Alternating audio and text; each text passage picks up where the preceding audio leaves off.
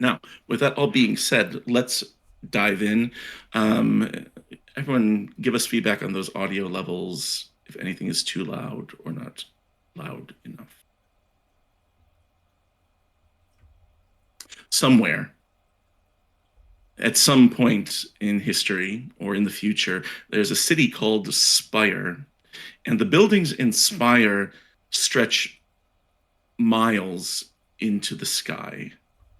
Spire is ruled over by high elves, Aelfir. And 200 years ago, they took the city back and subjugated the drow who live there. Dark elves, like you might be familiar with, but maybe without all the tropes. Nearby, there are communities of gnolls, and every once in a while, if you really look, you'll find a human being as well. But this story does not take place in Spire, the city above. This story takes place below, because at the bottom of Spire is a settlement, a town called Derelictus, which is just as it sounds. It's not quite a gutter, but it's a place where the people who either can't or choose not to live in Spire, it's where they all settle. And Derelictus is lots of things, but more than almost anything else, it's the it's the cork on the bottle that is the heart. Because deep down underneath the surface is the heart. You might be asking yourself, what is that? What is the heart? Well, the people in this world have asked that for a long time and they can't seem to agree. Some people say it is the eye of an ancient eldritch god. Some people say it is a writhing storm that just sort of lashes out with wind and lightning. Some people say it's an actual physical heart pumping blood because there's plenty of blood and flesh down here below the surface. But one thing is certain for those who have been touched by the heart, they are convinced that the heart has what they desire. And it's going to give it to you, whether you know it or not. Our adventurers today are desperate and obsessed with delving into the heart. They've done it before, but the problem is the heart not only gives you what you want, it shapes the world around it. So the same way that you took below last time won't work the next time. It shifts and it moves. And so we are going to be going on a journey over uncharted territory because if you could chart it, it wouldn't be the heart. In the settlement of Derelictus, we see a place that maybe once was a mass transit station, kind of like Grand Central or some other big subway stop, because 200 years ago they tried to build a subway. They called it the Vermissian. And Derelictus was supposed to be the central station. It has platforms and everything. On one platform, you'll find the sort of organizations, different groups and factions make their offices there. On other platforms, you'll find people living, trying to just survive with one another. And that's where we open today. It's currently a, it is, it is almost a time for a new season. It has been a while since the pulse of the heart dictated a change in feel around them. But today, currently, it is almost the first day of bloom. Nobody knows when it's going to happen, but they can feel it. Anybody who's come in contact with the heart knows that it's just around the corner. And so, here in Derelictus, we find our adventurers. Derelictus is crowded with people coming and going from their daily activities. There are families, there are rugged adventurers. But let's see, who do we see first? Do we have any volunteers? Sure. I feel like Smoke is generally fairly easy to pick out, given his height. He's a very tall, thin, almost emaciated looking figure, typically wrapped in this black cloak, the hood almost always up, and 9 times out of 10 when you see him, there's a pipe either in his hand or clenched between his teeth. This, it looks like bone of some kind that it's been carved from, like a scrimshaw, and is usually lit with some kind of tobacco material. And I imagine he's just kind of looming, staring out at all these people, and this almost omnipresent frown on his face. And he's just watching these people go back and forth and considering how pointless everything they're doing is. None of this matters. Point.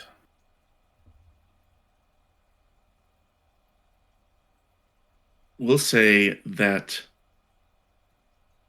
Smoke is, while they smoke, they are outside of the place that you call headquarters, the sort of dive, the haunt that you all live in.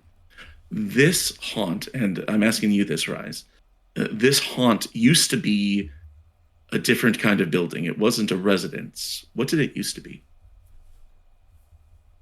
I feel like it was a church. Okay.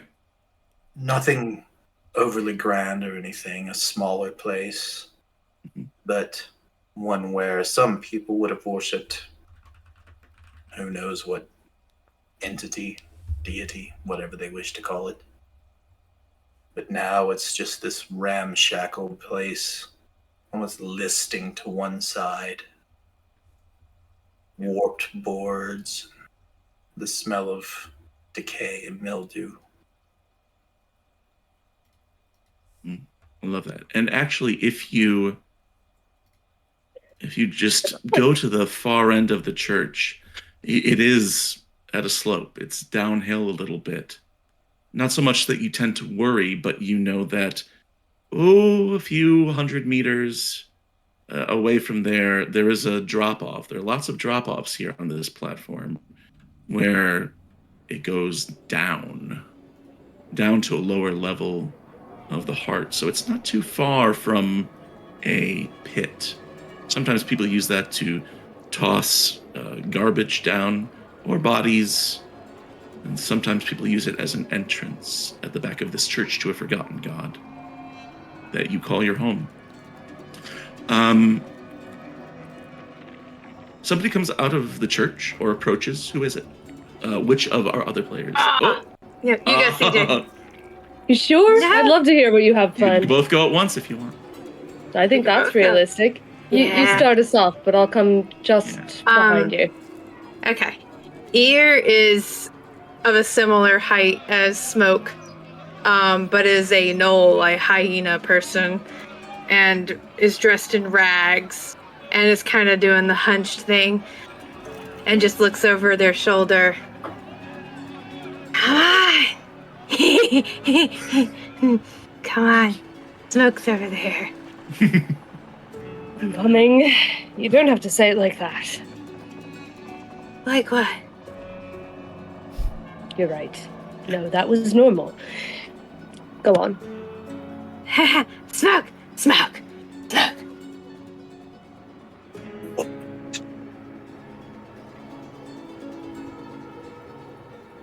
I think Smoke said what? I forgot. Mal will sit down next to Smoke with like a chuckle at the antics that they're all a little bit used to by now, and says, "Do you mind?" Motioning to what are you smoking exactly? Would you like a specific answer, Rise? Yes, if you have something. there is a material in the heart called Godsmoke. And Godsmoke is a narcotic. My gosh, I'd have to look it up. I think there's a mild hallucinogenic property to it. It is a resource. You can get more of it, but it also helps to mend your mind when you smoke it. So if you take damage, it is a commonly available drug. So with a D6 value. So if you want to add Godsmoke to your inventory, we can just say that you have it. Okay. And yeah, so Mal will sit down in motion and be like, "Do you mind?" He kind of looks at you for a long moment. Fine. Thanks. And this is not the first or the last time that Mal has tried to bum something of yours off of you. And he takes a drag of it. It's even better when it's not your own, and hands it back. At this point, off in the distance, you see people preparing. People are coming out of their homes or their hovels or wherever, and they're carrying stuff. A lot of people have like armfuls of possessions, but a lot of it looks kind of run down. Pants with holes in the knees, old artist tools, maybe occasionally some paper and things like that, and they're all sort of carrying it out to prepare for Tradid, the mark of the next pulse, which is a holiday here. And they're starting to pile it up in the middle of your neighborhood. They're starting to like take it and make a pile. Mika, would you say that this might be where we find Lemon? Oh yeah, 100%. Okay. I suppose Lemon is helping to bring out these art supplies and stacking them. Then off in the distance, he sees the others, and he very easily, nonchalantly stops what he's doing because he's just kind of over it. Nobody pays any mind. I think everyone's just kind of used to this behavior. Lemon just kind of does what he wants, goes where he wants to go. He can be a little haphazard that way, and he kind of glides almost towards the rest of the group. He seems very uninterested as he does so. He kind of fiddles with the goggles on his head. But deep down, he cares. He definitely cares. He's just not very good at showing it. He makes it over to the others, sees smoking, and much like Mel, he doesn't really say anything. He just holds out his hand for the smoke. Why do I surround myself with beggars and wastrels? What's that mean? It means You know you adore us. and there was no such thing. I don't like Oh, your you. smoke. And Lemon takes a long drag and then hands it back. And I think he's got his own art supplies. He has his art notebook, and he flips through it and starts showing everyone little drawings he's done of them over the past few weeks, maybe on their last adventure. Just little moments he's caught them in that he thought were especially interesting or maybe a little vulnerable. And yeah, he starts showing them to everyone, very proud of his work. Here, if you see here, I've got this nice one of you looking up at what passes as the sky down here. Not really sure what you were looking at, but Oh, I was probably listening. Mel, here you are. Really, you're a great subject to study. Just the way you move, it's got this je ne sais quoi. I'm not sure what language that is. I read it in a book once, and it's just always stuck with me. Smoke. Oh, you're muted too. Oh. Mal falls silent. Oh. Oh no. Yes, Mal is so surprised and honored by this. Paul, silent. Yeah, and then as Lemon hands the notebook to Smoke, takes the smoke again, cigarette, just like as a tradesies, takes another long drag as he shows Smoke, essentially doing what he's doing right now, sitting down and surrounded by so just lots of smoke going on. Excellent. Something else, you have some talent. I know it pained you to say that, but Only thank slightly. you. I owe you a cigarette. One. Free.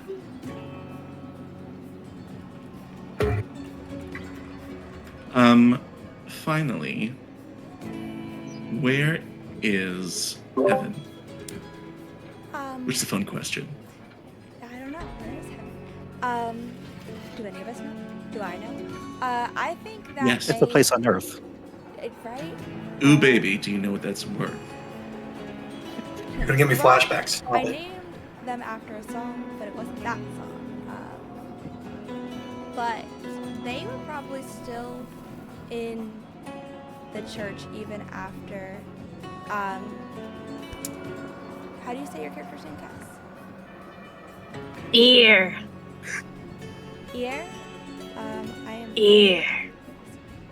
Ear and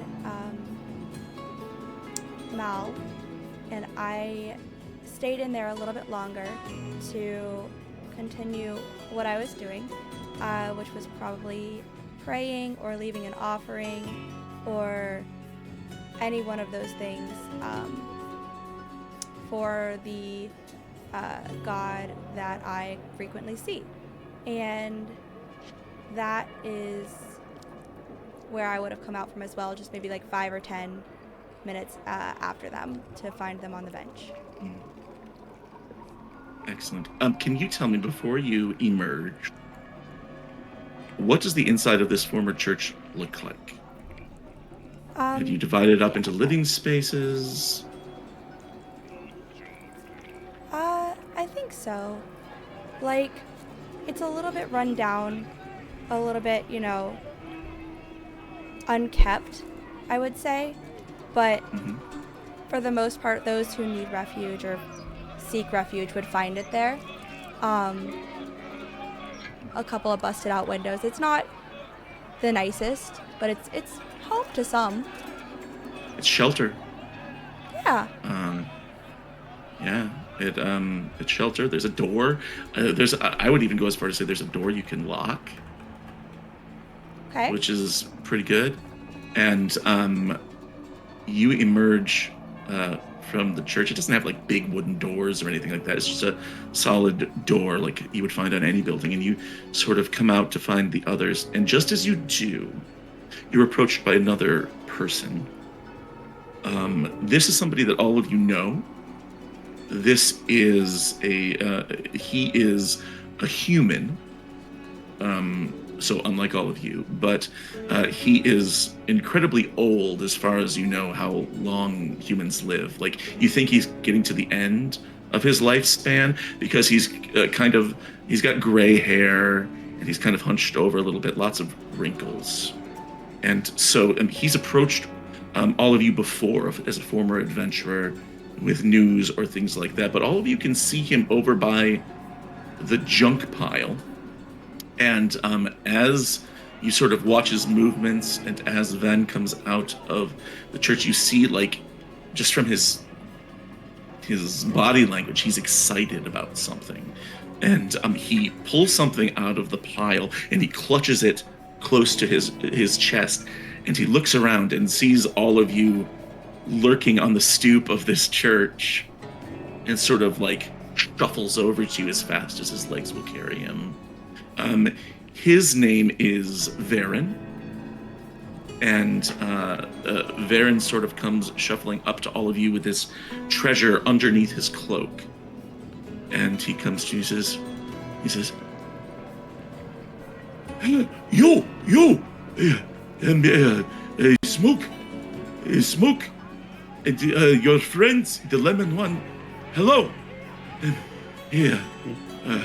Oh, do you want to see? People are getting ready for the pulse, and I have found something, and I have it here. You have to take a look at this, please. Come look. And what was that? I didn't hear that. Yes.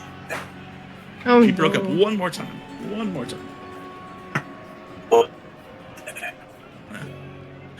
Close enough. He says, these, look, and from his cloak, he pulls out what at first glance is, it looks like a human skull, or humanoid skull. It is slightly elongated in the mouth, but not so far as you think it were a knoll or anything like that. So it's kind of odd looking. It's also, it's not bone. It looks like almost at some point it was bone and then hardened or ossified into like something closer to a metal. But the most notable thing about this skull that Varen shows to all of you is all around it, all around the circumference of this thing are these patterns. There are lines and dots, almost like Morse code, but you'll have a straight line at a 90-degree angle, but it's all up and down this thing. He says, have you ever seen something like this? And he sort of shoves it out towards you to show all. So, Lemon instantly is a junk mate. So you said this is magical? I did not. Oh, ask okay. So I have this. I don't know if this is just automatic or I have to cast this. A minor ability called Mark of Hunger. Okay. I can smell sources of magical power. The more potent and active, the more pungent the smell. Different types of magic have different scents. You can absolutely just do that. And Okay. so as he holds it out, you get a whiff of magic coming off of this thing.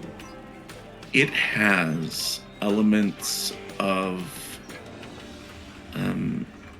technological magic. It has a little bit of conjuration type of stuff going on there. It is not extremely powerful, but it's important. Like it holds something in it. And he says, you, Lemon Man, you see this for what it is, right? I smell it for what it is. Oh, the hunger. Ah, No, yes, take it away. No, I can't. Oh, he's too hungry. can't. Look at him. Look No, at this man. He no. wants to eat Well, I my mean- skull. No, it is mine. It's a package. I mean, no, like I could bring it. You could bring it. I'll be fine. No, it's no. Keep it away. It's no. But I mean, Are if you want sure? to, if you Want to want to lick bring it? it back out, I would. Lemon. Yes. Lemon Yes. gives us eat the skull. It's funny. Eat the skull. Just let me have a little. Let me touch it. Touch the just- skull? Yeah, Lick it. He says, okay. Okay. I lick it. He holds it out in equidistant between Lemon and Ear. Lemon taps the forehead rhythmically, looks over at Ear, slowly leans in, and licks the skull. Just a little. Yeah. What does it taste like? Ooh, you said it's technological. It has technological aspects to it, yeah. Malt and rich tannins. Excellent. Yeah, so like it brings your mind back to the last time you had brown liquor. Sort of those, Which was those about an kind hour of ago. probably, yeah. It's the booze that you get down here isn't the best, but it does the trick. But this tastes like that, but more refined or sophisticated. That's where those tannins come. And he says, "It's good, right?" See, Oh, that's excellent. And as soon as that flavor washes over you, all of you know it feels like the air leaves the room. If you were in a room, like the mood is just, and everybody in the square stands at attention, and you hear this resonant whoop whoop whoop whoop, like that, like the beat of a heart. And then all around you, like you can look off and see tunnels that lead out of here. All of them start to dilate. They all just have this stretching to them, where they grow wider like an invitation.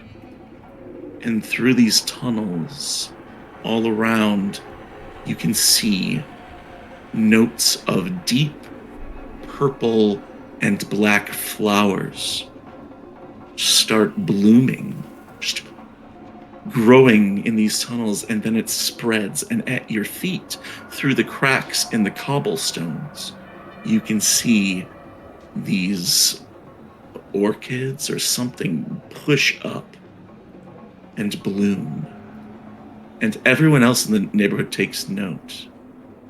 They say, "It is here, it's here," and they all start talking excitedly. And the people who are still carrying things to this junk pile, they all like pick up their pace to get it there in time. And they start piling up all this stuff. And then from down the block, a hound, a member of the 33rd, a soldier who lives here, is carrying a torch and approaches the pile of junk. This happens every Tradide, where people take their unwanted things and pile them, and then they're burned in a giant bonfire to mark the beginning of the pulse of bloom. And that's the pulse that you just entered. So for all of you who have a beat that you want to experience a pulse as it happens, you've just witnessed that. You can mark that beat off, and at the end, we'll have an advance for you. I know there were two people had that. And so in the month, or the pulse of bloom, the tunnels within the delve, the tunnels in the Undercity, they expand and broaden, and strange flowers start growing, and it's marked by Tradide. And so this hound sets the pile of fire, and it just whoosh, goes up in this big blaze, like it wants to be set on fire. And the smoke rises, and all throughout Derelictus, even though it's dark and kind of hard to see, you can see other columns of smoke at different places in the city. And you know when it's done, all this ash will be pushed out to the perimeter of the city to make a warding sigil. And that's just what you do every year, or year, as far as time works. It's begun. And this guy, I think I named him Valen, sort of looks at you and he says, "Oh, I'm glad they pulled it out. Do any of you have a guess what this is? I think I know." May I look at it? Yes, okay. All right, he hands it over.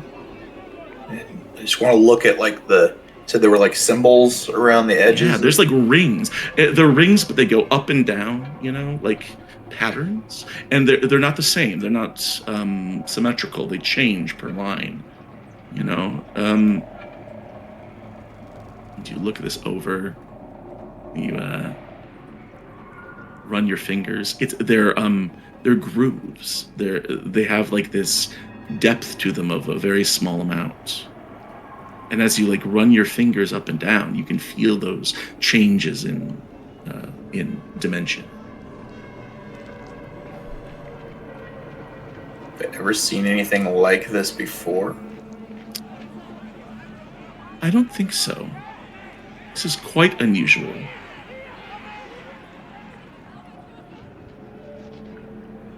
I've never seen anything like this before. This is new. No, What did you no, taste? no, Smoke. No, Smoke, you are wrong. Okay? This is not new. This is old. Old, you say? It's very old. This, and he like yanks the skull out of your hands and takes it back with his old man power. And he says, this is a book, I think. Well, kind of. It's kind of a book. These lines, he points them out. These lines, they give information. With the right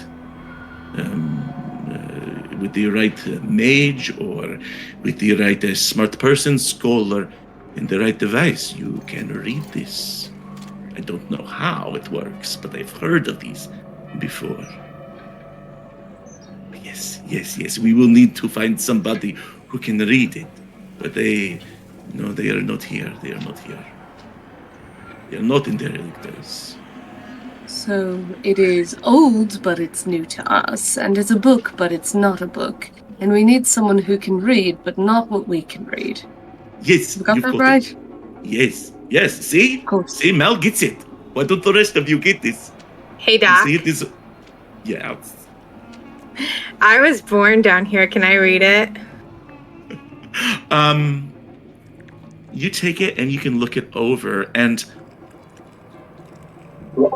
no, like even for somebody born here, it's like this is a technology that maybe went away or something, or got outphased, and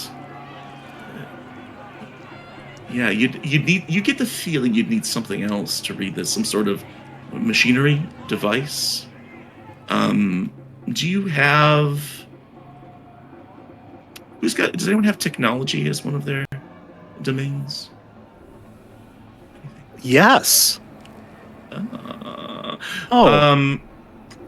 Yeah. Okay. So we'll do a roll just to get these rolls going. Okay. This is a standard roll. Nothing risky about this. I'm gonna lick the skull and hand it back to Lemon. Fantastic. Thank you. You've got technology, and you've got discern. And I think discern is the right skill for that. And so if you want, so that's 3 dice, 3 d10s, and with no subtractions. So make a roll for me, and we'll see how it goes. Okay, rolling on d20, right? Yeah. In fact, I think if you I'm sure there's a way to do it. Plus, so over there where it says to the right of your name, class, calling, you can say +3 standard and then click roll.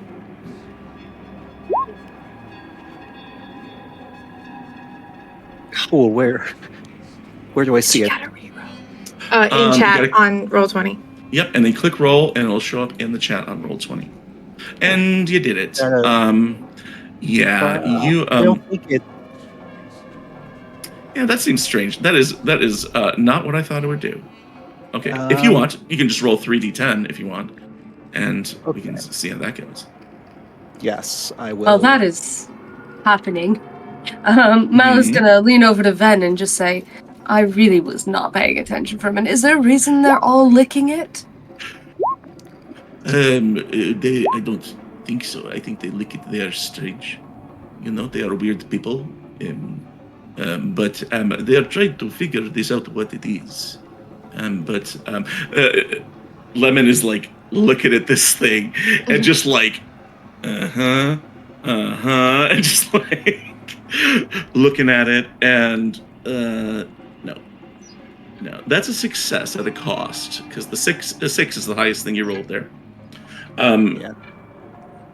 You think he's right. You would concur. This is some sort of recorded information where if you found something that could play it, or sort of, what's the word I'm looking for here? Amplify it. Mhm. It might have important information in it, but you've never heard of such a thing. You are going to take some stress for that because it has a cost. So we'll say you take 1d4 stress to mind as you try to like wrap your head around this thing. So go ahead and roll 1d4 for me.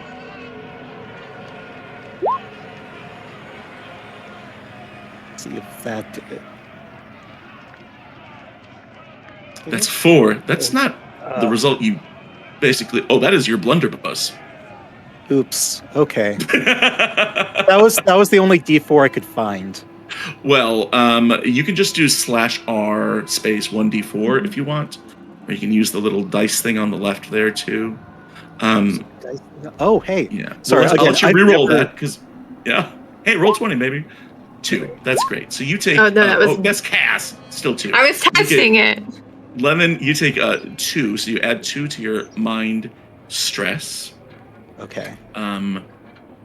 And fortunately, there's no roll that I need to. Oh, wait. Yep, it's a 7 or less. So I'm going to roll a d12. And if I get below 2, you'll have a minor fallout as you try to wrap your head around these things. I think that'd be great for my first roll. I don't. Yeah, you are confounded by this thing. You think he's right, but I think you wish you knew more. Right? Yeah, I think I'm like too stimulated by it. Like the Yeah. licking, like ear gummy.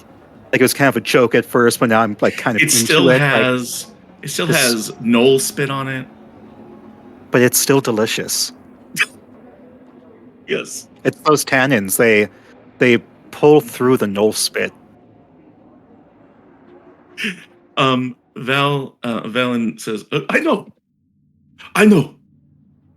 There is a place, and he takes out like this little notebook that he has, and as he opens it up, you see that it's just covered in like charcoal scrawlings, like he just writes in this thing.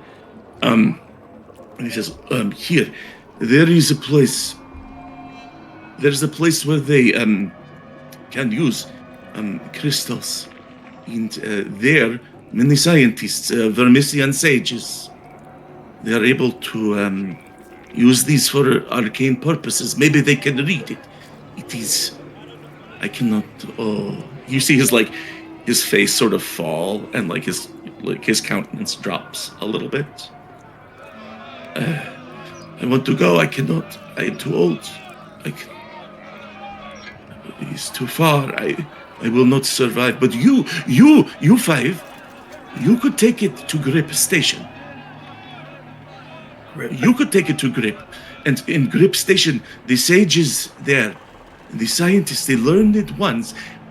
They may be able to tell you what it says. And these scientists are Vermissians. No.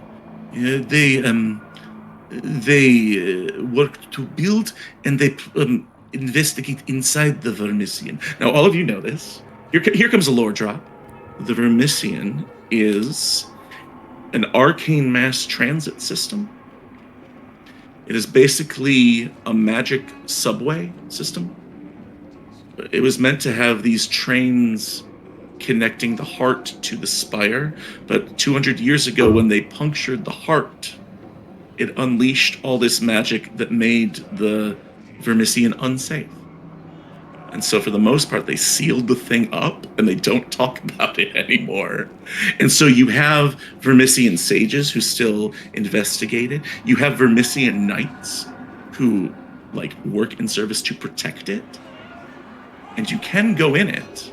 Especially down here in the heart, it's not as heavily sealed off, but it's also risky or dangerous.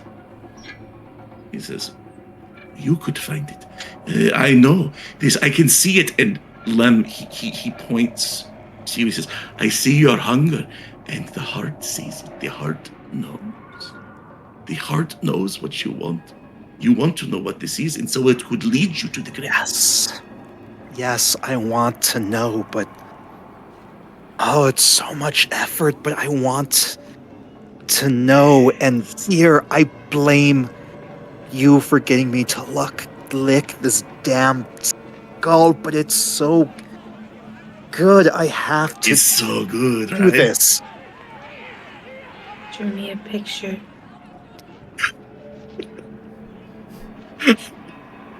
Ear holds up a picture. Is that Mothman? No, I printed a picture from the book. Literally just do that? Yeah. Oh my god. Yes. I can't believe this. He says, Yeah, my cats. Oh my god. "You should go. You should go while Bloom has made the tunnels wide.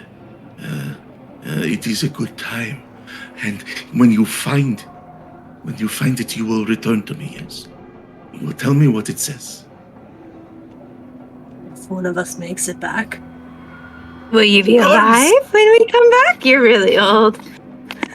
Here, you can't just say that. If I make it back, no guarantees. Why can't I will I pay could be you. mourning the loss of my friends. Whoever returns, I have some things you can have. I have some goods, some resource you could have if you return to me. I have some very nice stuff. I have some heart's bloom orchids. I have some monies. I have a magnifying glass. All of these things I will give to you. Yes. We're not trying to cheat you out of this knowledge. Just managing expectations. that you might Eating die. a little bit. If we find out whatever this is, Valen, and I return, I will seek you out. For good or for ill. You will. It will be for good. I know it. I know what is locked inside of this head. I know it is a good thing. Ben.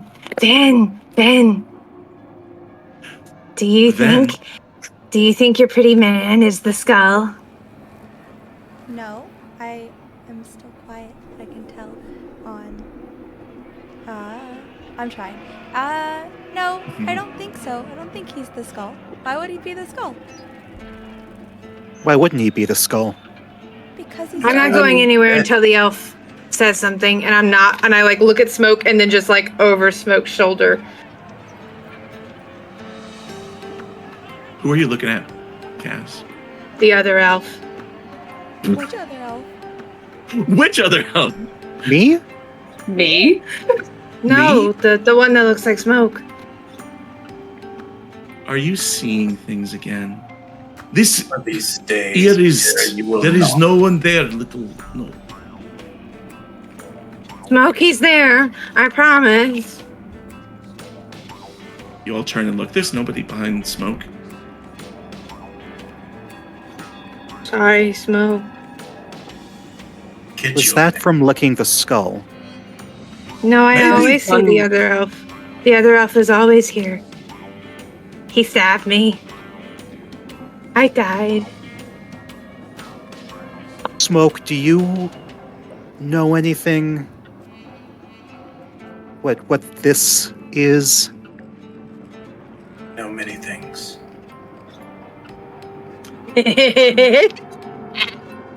Trust me, you don't want to know all of them.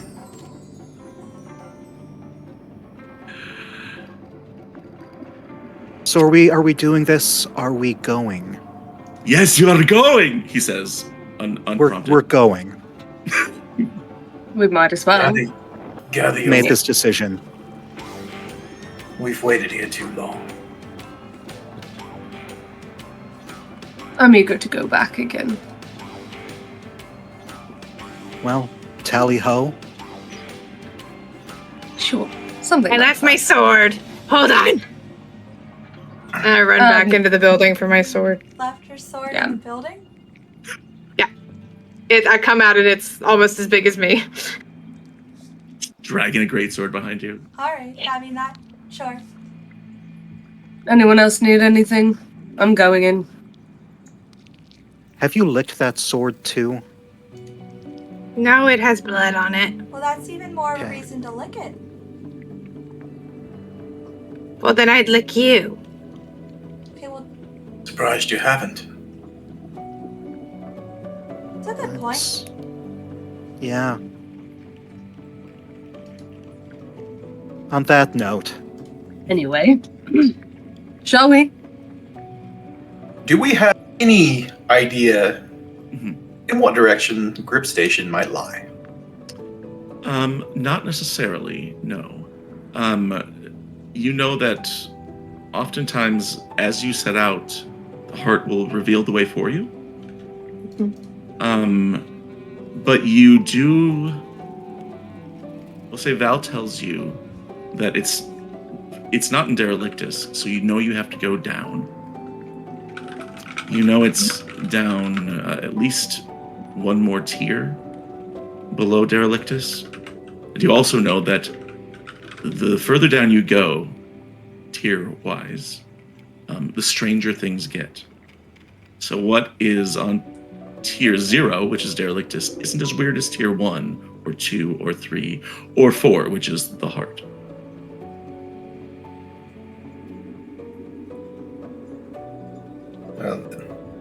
I'm just going to turn towards the nearest opening. Okay. There is a tunnel, a path, that is a commonly traveled one, although the people who share it don't always end up in the same place. But it is a frequent departure point. So you have all your things ready to go. You collect your weapons and your magic items and your drugs and whatever else you need. And you all sort of go out together. Elsie, can we get the map up so everyone can see how cool it is? And you can all see that we're starting at the top. We're starting up in Derelictus, right? And we are going to be taking a little pathway here. So I'm going to put it up here. I just love these little things here. These little things. It's kind of a hex crawl for those familiar with that, but we'll say for right now, it just sort of looks like that. So, the path leads forward, and you start walking for a while. What's the topic of conversation, or what are people doing as you make your way? talking about I'm favorite fruits. Do we still have the skull? I assume somebody has the skull. Who is carrying the skull? Because He I gave will it. absolutely carry it. And not here.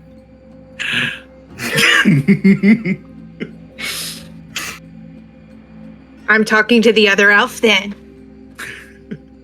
As you sort of look it over, Smoke, and you're playing with it and sort of feeling the ridges, you see that at the back, right at the base of the skull, where the spine would connect, there is this one spot where it is larger than all the other printing. It's kind of like this big, and it's this deep black dot that's like a little divot in the skull. And that catches your attention. You show that to folks, or you sort of ponder that on your own? Specifically, would show that to Lemon. What do you make Lemon, when of he this body? shows this, Lemon, when he shows this to you, you get the impression this is some sort of warning or discouragement. It's not a warning that's necessarily this is going to hurt you, but you get the feeling that in some circles this would be forbidden. It's a mark that means not for consumption. Ooh, that just makes me want it even more. And Lemon's going to say as much. It means not for consumption, except by lemons. Wait, no licking. We licked it. Yes, several of you did lick it. We'll see what that Smoke. does in the long run. You should lick it, Smoke. I don't think so. Lick it. Lick it, lick it, lick it, lick it, lick it, lick it, lick it.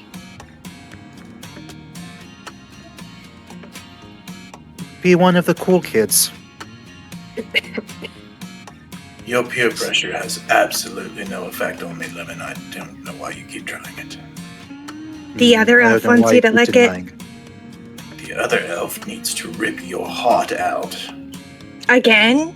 Ear, Yes. the other elf, in response to that, seems to take a few steps forward, as if they do want to rip your heart out, but then they stop and they fall back behind Smoke in marching order.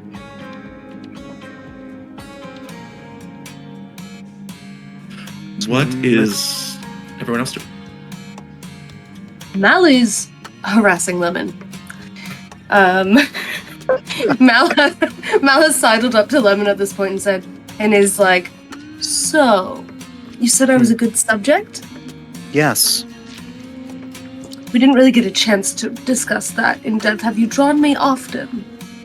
Mhm. He flips through his book. Mal is like trying to see over the shoulder at like Twice. only twice. Maybe more. You'll never know. You're all chatting and making your way. After a few hours, you reach a place where the tunnel expands. It's still rock and stone here, but it opens up into a cavern. And there is an expanse here where the path stops, and it looks like recently there was a bridge, but you can see these vines of some sort of inky black something that have grown up out of the hole of the depth and pulled the bridge down. You can see the remains of it on either side. It's about 50 feet across. And on the other side, you see the path continue and go down, descend.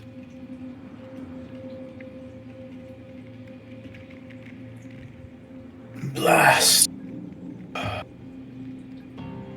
Is there a way around the edges, perhaps?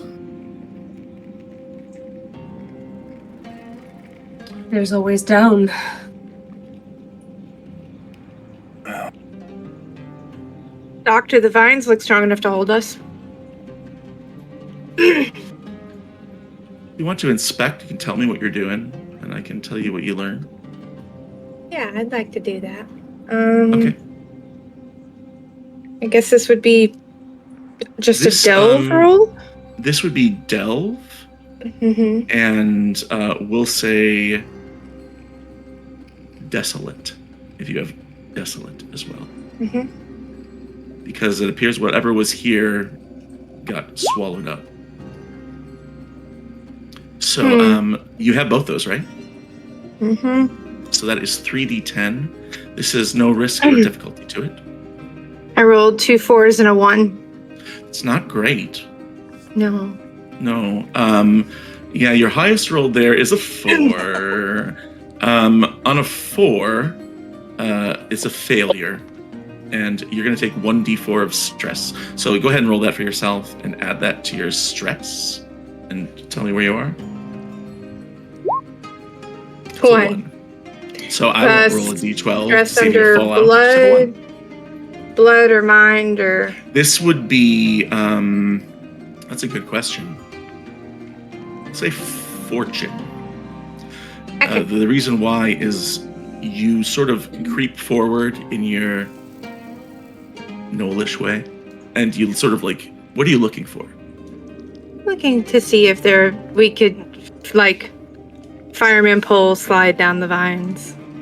So you go over to look at the vines, and you think, okay, if these are strong enough, we could lower ourselves. And you reach out and you touch these vines, which are inky black. And as soon as you touch one, it crumbles into ash and floats away. Bad luck. Oh well. You do notice that around the edges of this chasm, there isn't anything on this level that you could walk around. But there is a narrow ledge below, which descends and corkscrews down into the darkness. There's a screw. Yeah. How far below? Far. In fact, it is beyond your field of vision, let's say. There's no natural light down here, and although your eyes have become adjusted to living in the darkness, you can't quite see how far it goes.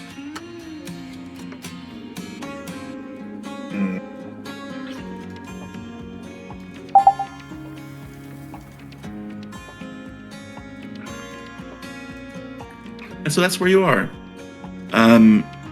You can climb down that way, or you can find another way across, maybe, or you can go back the way you came.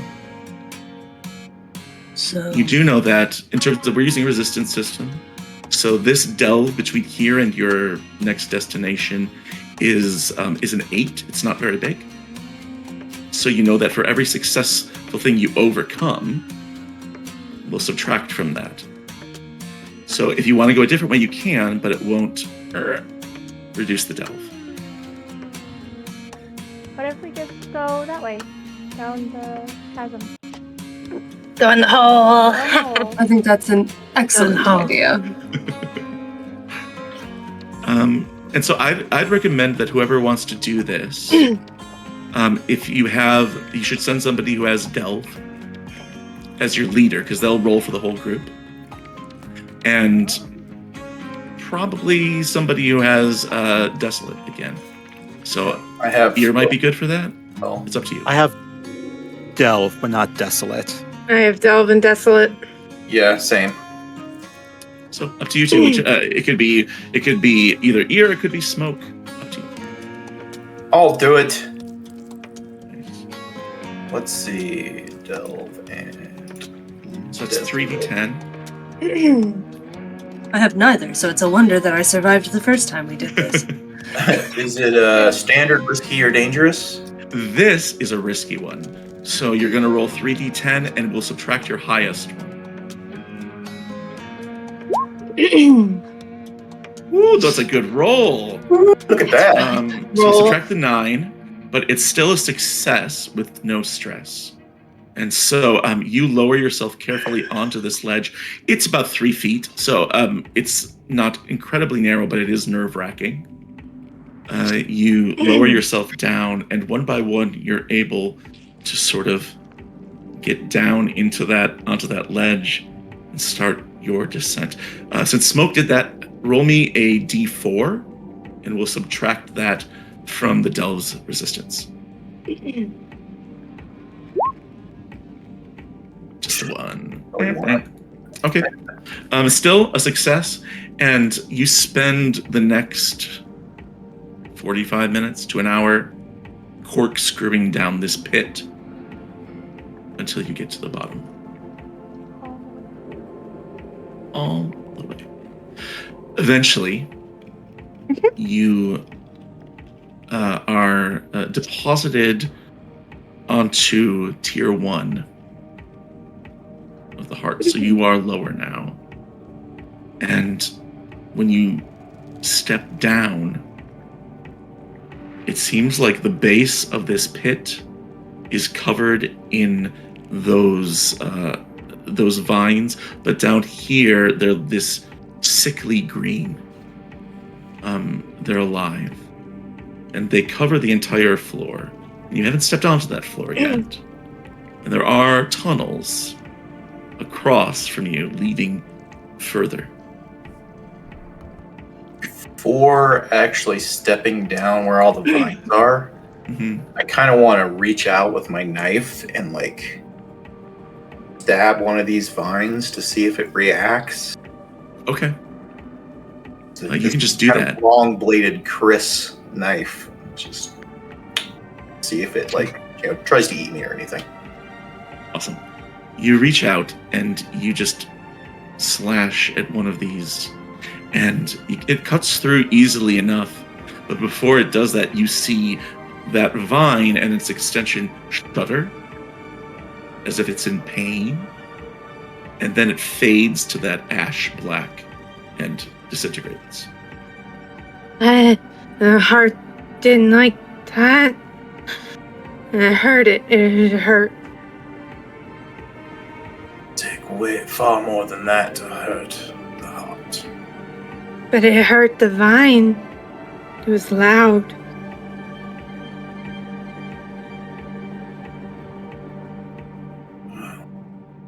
At least it didn't take my arm off. Yet. This time. You should go first, dear. Okay. Here, do you step down? Carefully. You find an open space with, you see the floor beneath it. And as you step down onto this open space, there's no vines, but the floor has a bit more give. It's a little Squish. spongy. Yeah. It's a little squishy, almost as if you're stepping on a tongue or something like that. That's a visual. But the vines don't seem to react. What's up, Elsie? I'm still trying to figure out my mic. What happens if I jump on it? Like just a big jump? Do you want to jump off to where Ear is? How far is that? It's like right at the edge. It's not far. Oh yeah. So yeah. Ear just like step down to one of the edges where there's less vines, and I catch you. No, I don't want to be caught. No, I just want to jump. Just want to jump and go. do you? It's jumpy. Yeah. Come. Okay. You step off and you jump down, and yeah, it like bounces a little bit. It's not quite a bouncy house, but like, yeah, like you could like jump a little bit. You're not in moon boots. You're not moonwalking, but like Aw. you could jump It's a little like- bit higher than usual. Yeah. It's like when I used my toes to rip that tongue out. Pardon? Well, he was being mean. Who was being mean? I don't remember. No, that shouldn't surprise me. What situation were you in? They were hurting me. Then it was warranted. Van understands. I think that was the piece of information I needed most. It does provide some necessary context. I feel like you, Lemon and Mao, you make faces when I tell my stories. It's because they entertain me. Ah, okay. So Ear and Heaven, past where you are, The rest of you are still up in the ledge. Past where you are, the vines get thicker. You think maybe there's a spot up ahead where you could jump to, like you're in a platformer, like you're in Super Mario Brothers or something. But like, that's risky. You don't know what happens if you touch the vines. How do you proceed? I trick Ear into touching the vines. How so? That will not take much.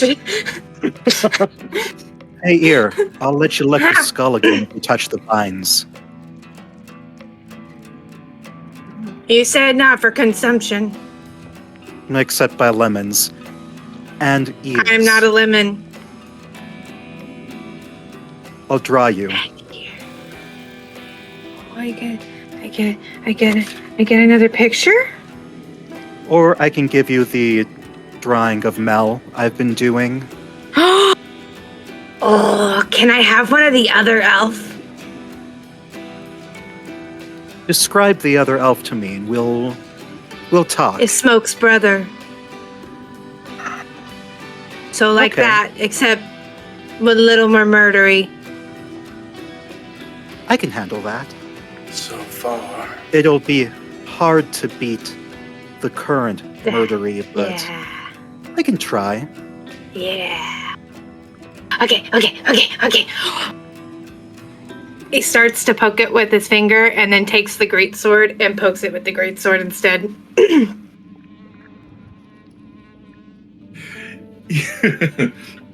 You take your greatsword, you poke the vine. When you poke the vine, it's sort of like it's the little leafy end like bends back and then Friend. I poke it again. it's trying to like hit back at the sword, but you pull it back. I reach out and I'll just gently like press my hand to the palm. Or to the leaf, I mean. When you reach out and touch this vine, first of all, sensorily, what does it feel like? Oh. It feels like, I don't know if anybody's ever pet a stingray or a shark. I have. It's okay. It's it looks smooth, but it's got like that denticle skin, so it's like a cat's tongue where it's sandpapery. It's a cat tongue shark. Yeah. Yeah, it does. It's got like it's got that sort of rough texture to it, but it's also rubbery and below that it's smooth. Right, there's some smoothness to it too. And you reach out and you sort of place your hand against it, and then after just a very quick moment, the vine starts moving and it starts to try and wrap around your finger. Oh no. The vine tries to follow, but then stops. They'll eat us, guys. We shouldn't touch them. It seems to have some sort of sentience, or at least reactivity.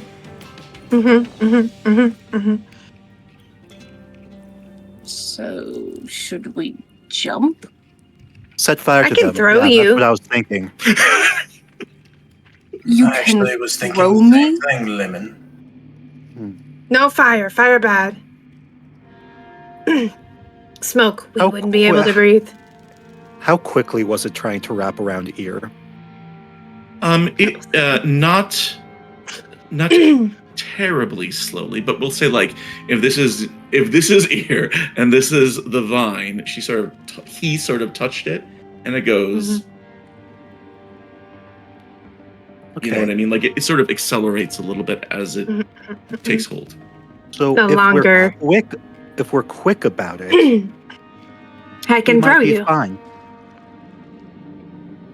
We could try Uh, handing it I'm- something and seeing what happens to it. I'm not aerodynamic. Despite what the goggles may have you believe. I knew that was a fashion statement. No, they're good for other things while traveling through the heart. weather phenomena.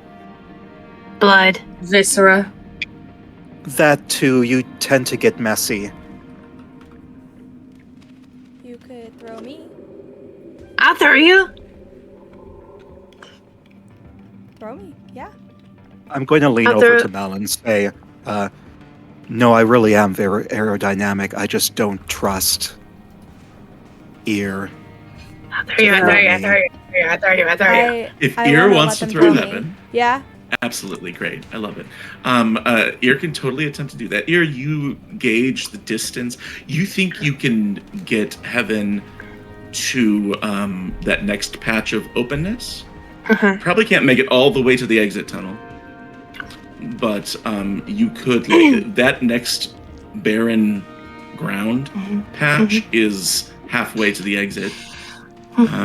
If you want to try and do that, that would definitely be. We're not in Delve anymore. I'd say we are in Evade with Wild.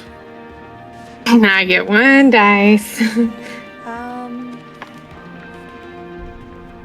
That's not a roll for me, right? It would be a roll for Ear, I Okay, think. great. Yeah. Just 1d10. Just be 1d10, okay. Let's see how you want to do it. This is yeah, and it would be a little risky to do this. Okay, all right. But if it's risky, it 7. takes away that result. Yeah, we'll say okay. Well, I'll let you do this one. If you do it I- again, we'll do risky. So, Okay. but with a 7, you all watch Heaven or then get tossed. Then you fly over all these vines, and you land on that spongy, fleshy ground, and sort of like come to a rolling stop, and stop yourself just before like the next vines. You're like right up against them. You know, with a 7, that is a stress. I think this stress goes to Ear, although that's a little bit weird. But Ear, I would like, you know what? I'll have stress for both of you. How about Aw, that? no, I Ear, wasn't I want worried you to at roll all. 1d. Both of you roll 1d4. Ear, this is for we'll say this is for Echo.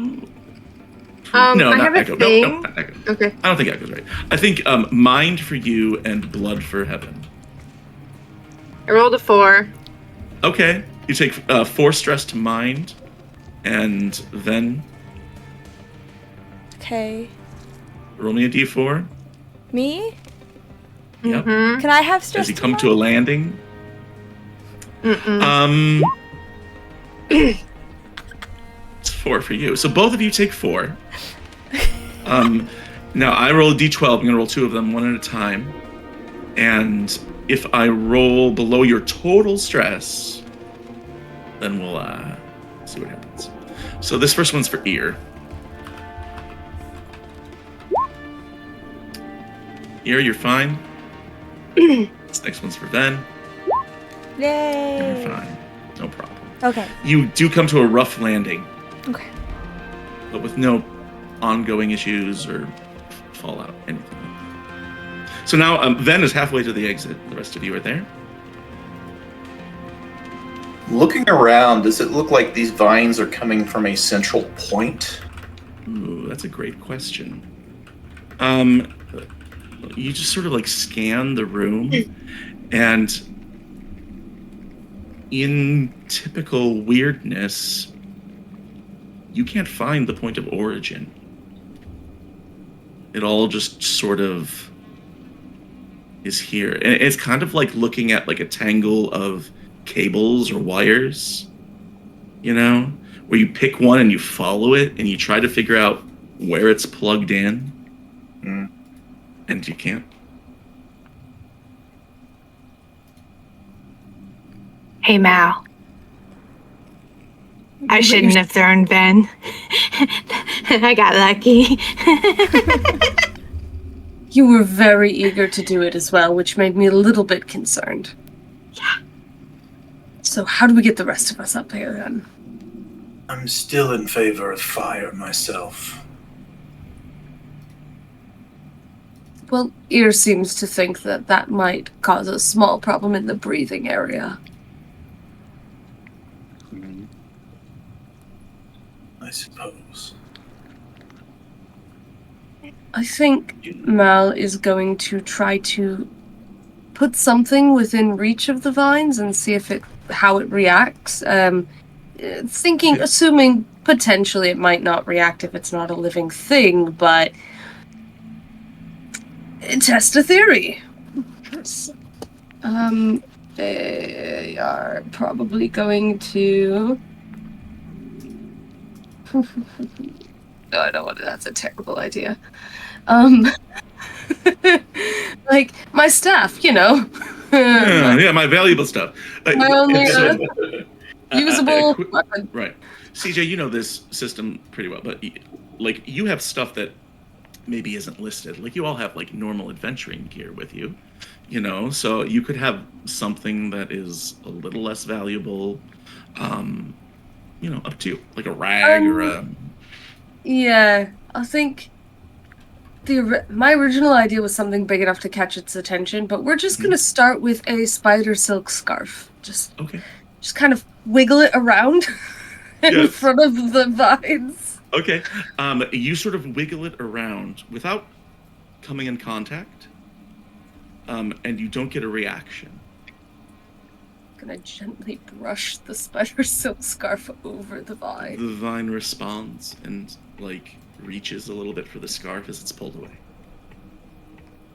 It's gonna try and do that, but hold the scarf there to give is much to his dismay, giving the vines his scarf.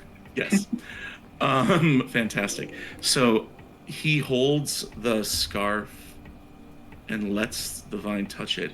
And once one vine touches it, these other vines that are sort of biologically interconnected start to respond as well. Other vines in the area start reaching toward the scarf once one vine has a hold of it.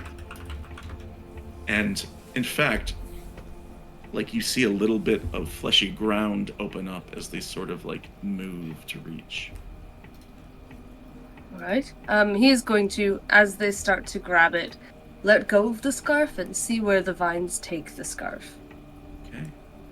The vines reach and wrap around the scarf and start to swallow it and pull it down toward the fleshy ground. And eventually, enough vines are covering it that you lose sight of the color of the scarf, but then you see this red, viscous blood start to pool up and then fade. Like it's like, and the vines pull back and the scarf is gone. That was a nice scarf. So the vines eat you, I guess. Let me try something. Do you have another hideous scarf we can use? That was a very nice scarf. And I have a mouse. Mouse. Okay. Let's hold the mouse. First, let me... Lemon's It's not a going to- real mouse. It's a Oh. toy. It's probably Okay. good. Lemon's going to take the mouse, do sort of what Mal did, wait for the vines to grab it, Mhm. and then is going to pull out, I don't know, a stick, and then while the vines are distracted with the mouse, see what they do with the stick as he moves it somewhere else to see if the So- vines notice that. Yeah, you, how big is this mouse? Yep. Okay, great. And the stick is like a dowel rod, right? It's just like Yeah. thin little stick. Okay. You set the toy mouse down. Fortunately, it's not a real mouse, or we hear screaming or something. And the vines are attracted to it as soon as it makes contact. Other vines in the area start to subsume it, and you take the stick, and you see some open land nearby, open floor. You touch it with the stick, but the vines in that area are so concerned with this mouse, maybe because it's bigger, maybe because it was there first, that they don't pay attention to the stick. Okay. Let's continue this investigation. Let's get some things of different sizes and do little experiments. What are we willing to part with? I'm going to clutch my Queen Whiskers, which is my cat's name, much closer. We're not using Queen Whiskers at all. Never. I think the problem here is there anything around here bigger than us? Well, Lemon's going to toss his signed copy of Beyond the Edge of Madness, A Year in the Heart, by Grizz Hanneman. It's one of his trinkets. And then while the vines are with that, he's going to take a step in. Okay. Toss the book. The book lands with a thud. How far away do you toss it? Like 5 feet away from me. Okay. And the vines immediately go after the book. They start, moving eagerly towards it. And you step in their wake. Do you make contact with the vines at all, or do you try to tiptoe around them? I'm trying to tiptoe around them. Okay. As you tiptoe, they don't seem to notice you. It seems like they're contact-based, but you get the feeling that if you were to touch it, it might go after whatever's bigger, like Mal said. So, but you can tiptoe, and in fact, you could probably tiptoe over to where Ven is. I'm going to do that. Okay. But then the blood pools up, and your book is gone. Oh, that was a signed copy. Just get another one. That was a bad. We have a better that was book. A bad decision. That's not a book. That was a bad decision. Mechanics question. Yeah. Doc. So I have an ability that has one shot. So it says it can only be used once per situation. Like. This is a situation right now. Okay. So like. Sure is. We moved to like a room that would a be. situation. So like we move to another scene that's technically another situation. Is that Sure. kind of how? Yeah. Basically, these are all all of these things that are happening. The bridge, the climbing down, the vines. Each of them is a situation that Okay. will help lower the resistance of this delve. Okay. He's watching this and seeing all this stuff, and he's honestly getting kind of impatient with it. And he kind of looks at this mass of vines and kind of gestures towards them, tilts his head to one side, and he's like, "If you would." And I'm going to use Grim Reaper. Ooh, tell us what that does. So Grim Reaper basically, so if you don't know, Deadwalkers basically are followed around by the shade of their death, basically. Grim Reaper allows me to use that shade to inflict damage and attack once per situation. So it is kill D8 ranged one shot. Excellent. I'd like to, before we do that, I'd like to ask, Cass, what do you see? What does Ear see when Smoke does this? Just curious. Well, Ear sees the other elf walk up, and its fingers get really long talons, and it reaches down and stabs the vines and starts raking its long claws, this thing that in life was an elf, but somehow its spectral form is twisted and lethal. It starts cutting swaths, and with one big sweep, because you can do one thing, right? Yes, it's one. Okay. We'll say, first of all, it's a 1d8 thing, right? Mm-hmm. Keep that in mind. I don't know if I'm doing this right. CJ might know. I don't know. This thing reaches out and it sort of like does one big swipe, and all of the vines between the ledge and where Ven and Lemon are sort of like crumble into ash. Ooh. And just like sliced them down, and they were. Well, I wish I would have tried that first. I thought- Can I do my trick? Smoke, can I do my trick? Don't care. I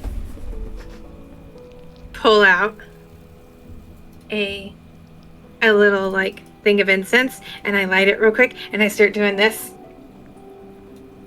for like 10 minutes and then I grab everybody and I want to do Enter the Gray and drag everybody into the ghost realm. Excellent. So, I love that for you.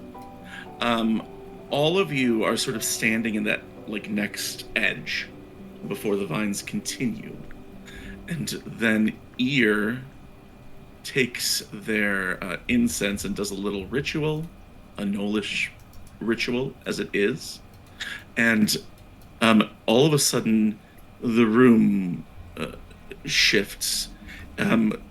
Ear steps to the side. Ear just takes one step, and the room feels like you're in, you know, those things where you go and like they're like simulation box things that used to have at malls all the time, and like you get in, you're on a roller coaster, you're in a jet plane or something like that, right? It feels like you're in one of those. It feels like the entire room goes whoo.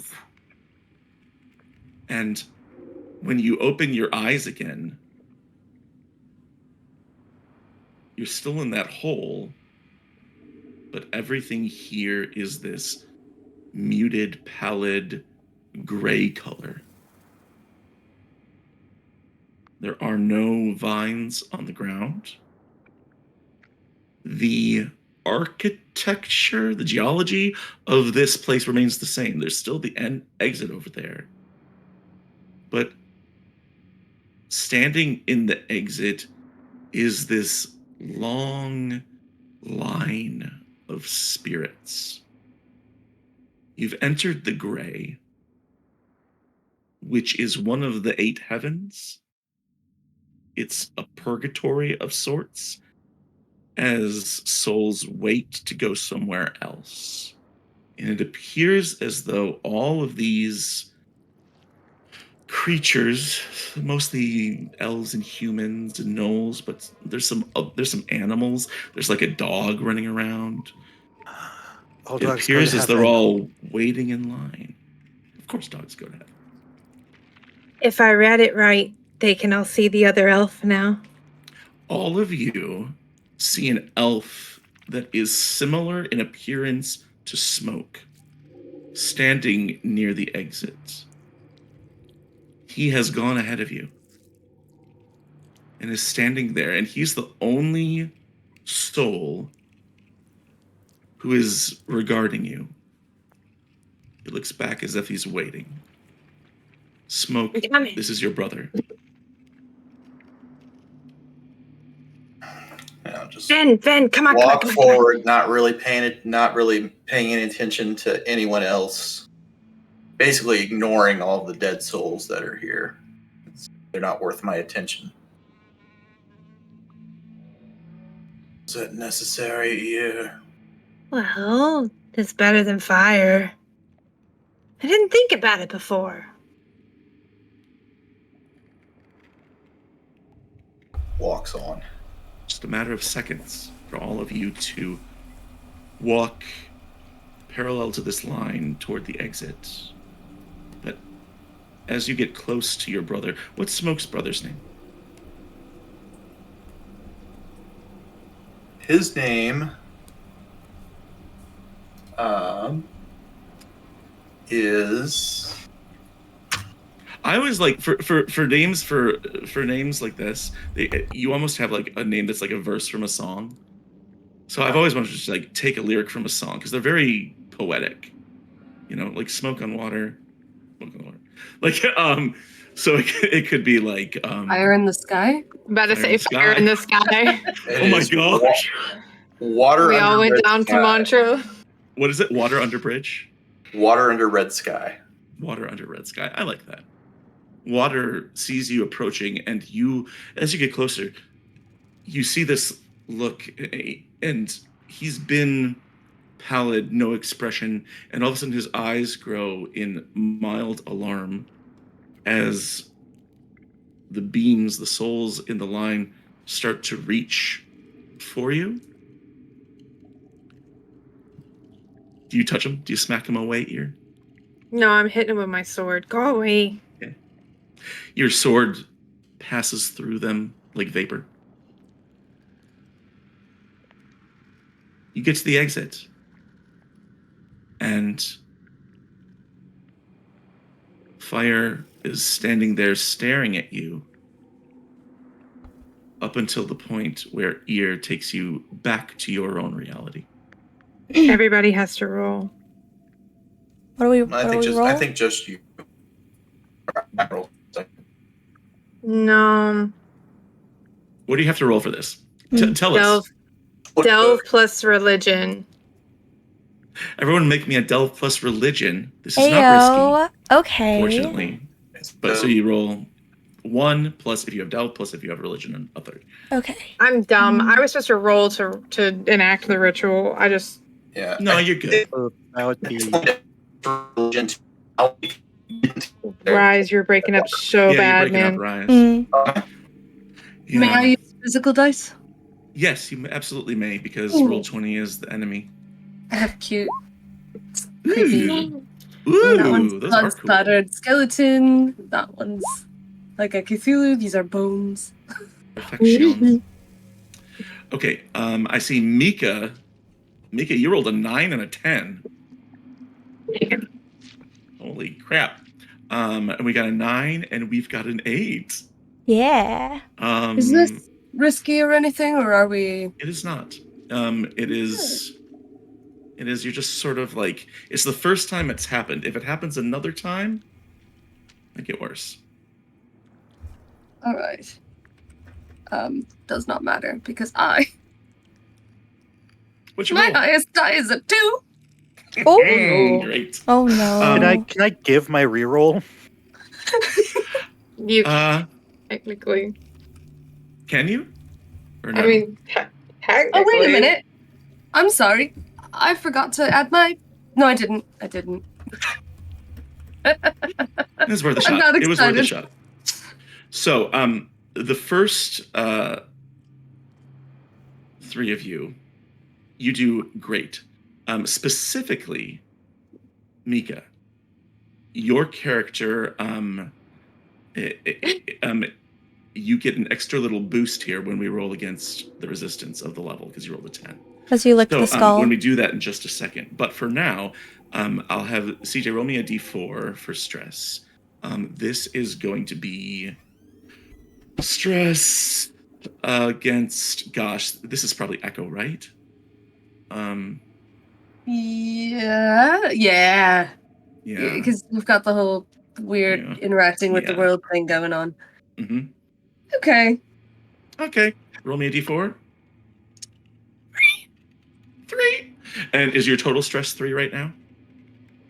Yeah, I think that should be all it is. I don't think I have any stress at the moment. No, I don't. Okay. Here comes a roll from me. It's a 9. So Oh, you're fine. good. You're good. You all, again, with the same sort of violent whiplash, you're boom, brought back. Your brother is gone for everyone except for Ear. Ear, he still stands there looking. But there's another person now, deep at the end of this next corridor. There's someone standing there. They're pacing back and forth, and they're wearing this tall, conical hat and looking down at the ground, muttering to themselves. Meanwhile, then, you look behind you. And on the ledge that you just came from, the floor is already starting to like repopulate with vines. But on that ledge is this figure that you see sometimes. What do they look like? So he's like, or it's you're like, muted, Elsie. Muted, Elsie. I'm muted. Where did I mute myself? Am I muted? You're really quiet. I am muted. Now Okay. you're good. I was muted. I don't remember muting myself. What? Muted. Anyways, it is kind of like if you asked Ven what they looked like on multiple different occasions, it would be like a different answer every time because it's always the same figure in the way that it's just covered in a bunch of eyes, but in the way that they're scattered all over the form, but there are two humanoid eyes that just like look inviting to you. Like a smile that to Ven would absolutely describe as inviting and pleasant to be around. But if you were to look at them, it's definitely like, are we sure we should be trusting this dude? I don't know. Sure.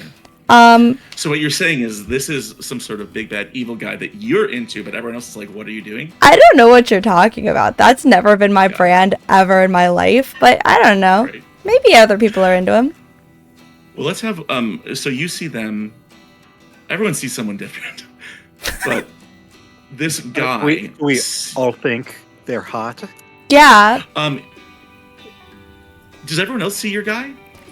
Um, it is something that I've had visions of from the heart. So I feel like So if you anyone, described it?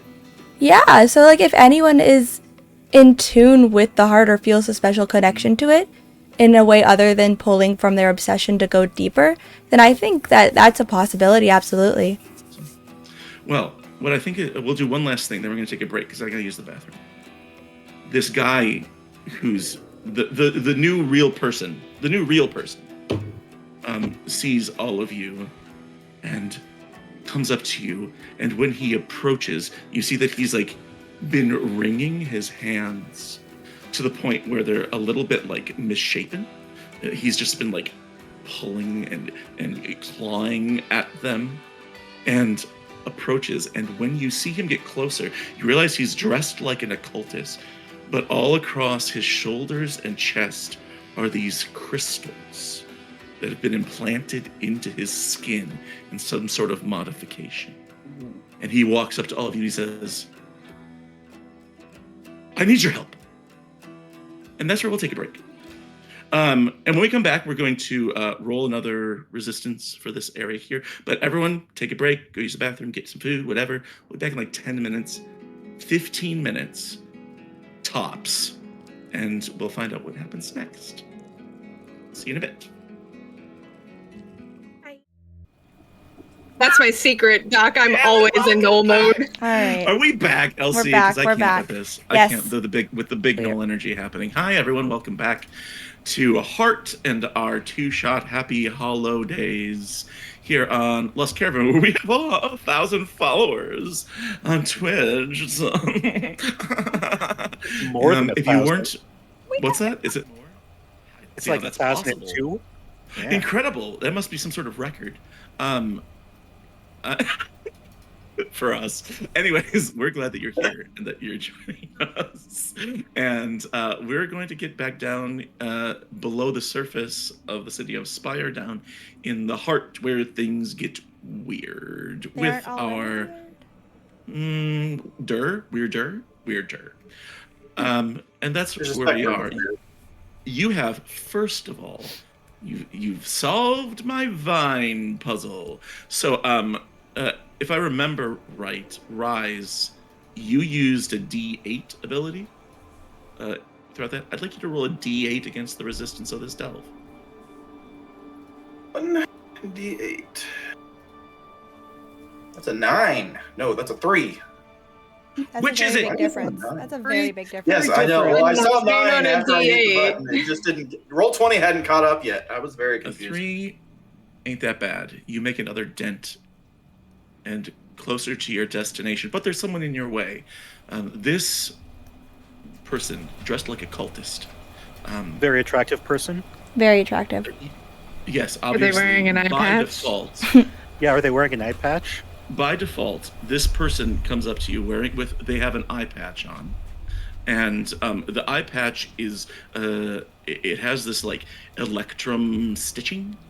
It's kind of shiny that way, but their other eye, the one that you can see, or maybe the only one they have, is wild and darting around. The pupil is like this.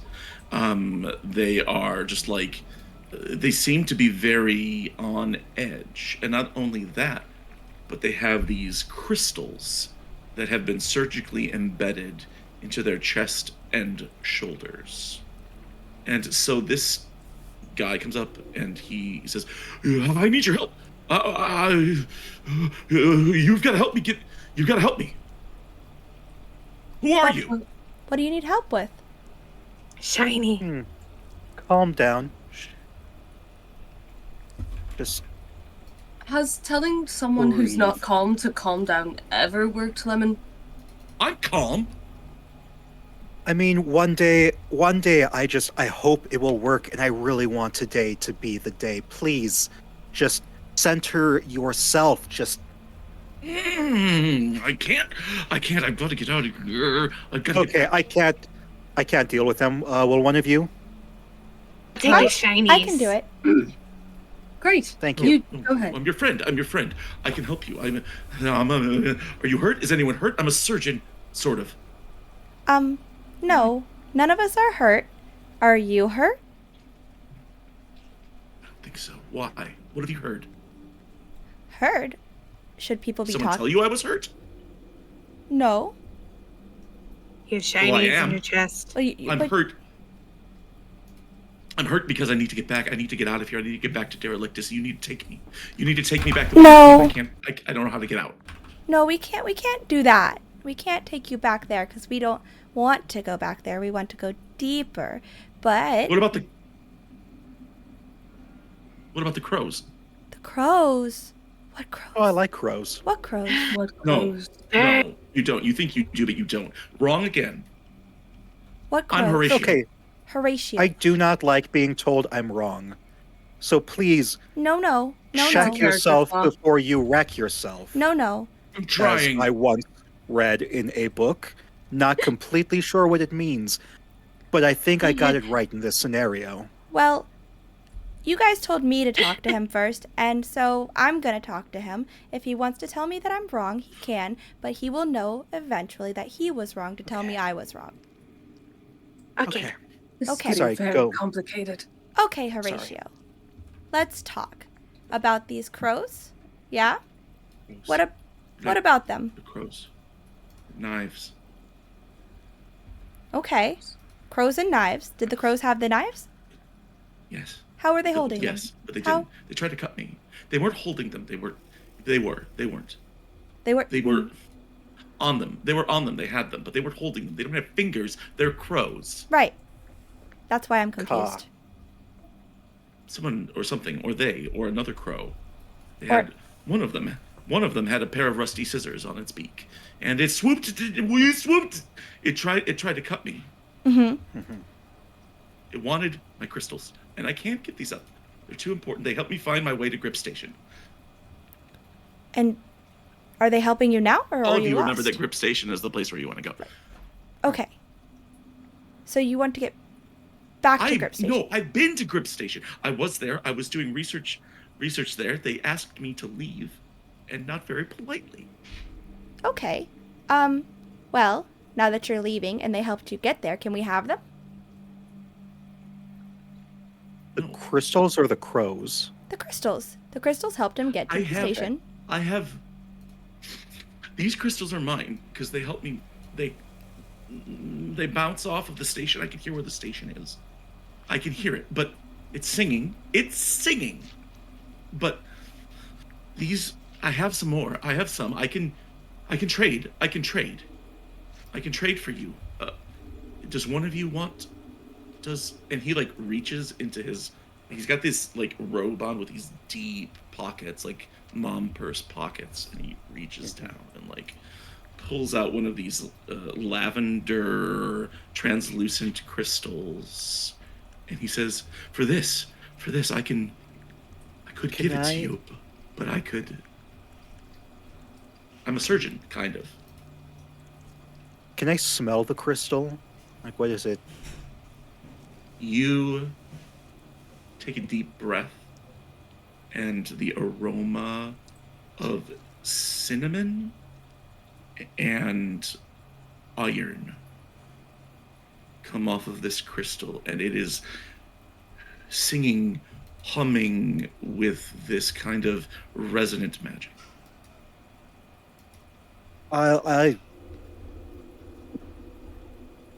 What do you want in exchange for? You can take me back to Derelictus. You can take me there. I need to go home. Derelictus is where we're going? No, Derelictus this is is where where we you're came from. from. Okay. We can take you there after we do our thing. Where are you going? To where you came from. This is strange, he says. We're both going where we came from. And we both came from where we're going. Mm-hmm. Yes. I can't go back. They won't. The people, he says, at Grip Station. Not happy. Not happy with what I did. What'd you do? What did you do? Made too much noise. I was too. He like leans in really close. I was too loud. So, Out of character, how much do Yes. we know about Grip Station? Anybody with like any Vermisian knowledge, which I don't think any of you do, would know. Anybody with technology knowledge might. me? Yeah, I think you've got technology domain. You've heard rumors about Grip Station as it's all historical in nature, so you don't know what it's like now. You know that a long time ago, when they tried to get the Vermisian up and running, anytime a cart came through that station, there were these enormous crystal stalactites hanging from the ceiling, and anything louder than a whisper might cause one to dislodge and crush who was ever beneath it. But you also know that those crystals are probably similar to the ones he has. You probably got them from there. And additionally, you've heard rumors these crystals have this sort of resonant frequency with one another, that they have the power to generate sound when used, if they could be applied to technological advances, if they could be used with the right machinery, with the right brilliant mind like the one Lemon has. They could do something amazing. By the way he's been acting, would he willingly give those crystals to Lemon? Just sizing him up, get the impression, first of all, this guy seems to have been a cultist at some point, but he appears to be manic and burned out. Okay. He has had too much magic. Okay. He is what Lemon will be. Rude. Okay. Well, he's not there yet, so. Not yet. He's what I aspire to be. He's goals. Okay. Honestly, slay. Okay. Where did you come from? Where did you go, Horatio? I went to. He looks. I think that he looks at Ear, and there's a connection. They just they vibe, and he says, Vibe check. I was studying at Grip Station, and I was collecting crystals. And then I Studying said something what? too loud, and it fell, and then I had to leave, and I came this way. But on my way here, just after I left the temple, the crows came, and they attacked, and I dropped my compass. I don't know where I am. I don't know how to get back. But I like you, he says. There's vines, they'll eat you. I don't want to be eaten. Then I you don't should wanna come eat with you. us. You're the most beautiful knoll I've ever seen. Thank you. Yeah. I'm loving I can this. see your death. Me Oh too. my god, that's so hot. I could trade you for one of these crystals. I could do the operation, but I'd need something valuable. I could Can give I it just to you. have a You could find your crystal? way to Grip Station. You've warned me about the vines. I can climb up. Can I just have a crystal? No, but maybe. He reaches into his pocket, roots around, and he pulls out one that's like this big. Yeah. And he goes, and he like takes it and he holds it out to ear. He says, "That's for you." Yeah. Is he human? I find, yes. I find You're you the for weirdest you. human I've ever met. Uh-huh. I'll find you when we're back in town. I'll find you. Is he the only human you've ever met? I know Varen. Baron, the old man. Is Varen human? That's at least two. He was. He is. Oh, Okay. shit, that's right. That's right, because he's old, and we keep thinking, That's oh, is the he other going to human die? that And you're then now. he, okay. Oh, Yeah, that's okay. right. He was really No, old. I remember things. I remember Yeah, things. we're all remembering stuff. He says, but he looks at you as you say that, and he goes, "I'm the best human." Are you? You tripped on a crystal. Yeah. Both. The best people trip on crystals. Is that why you've He never says- tripped on one? Oh, yes, no. I have no delusions of being a good or even great or even The best. worthwhile Even as good as person.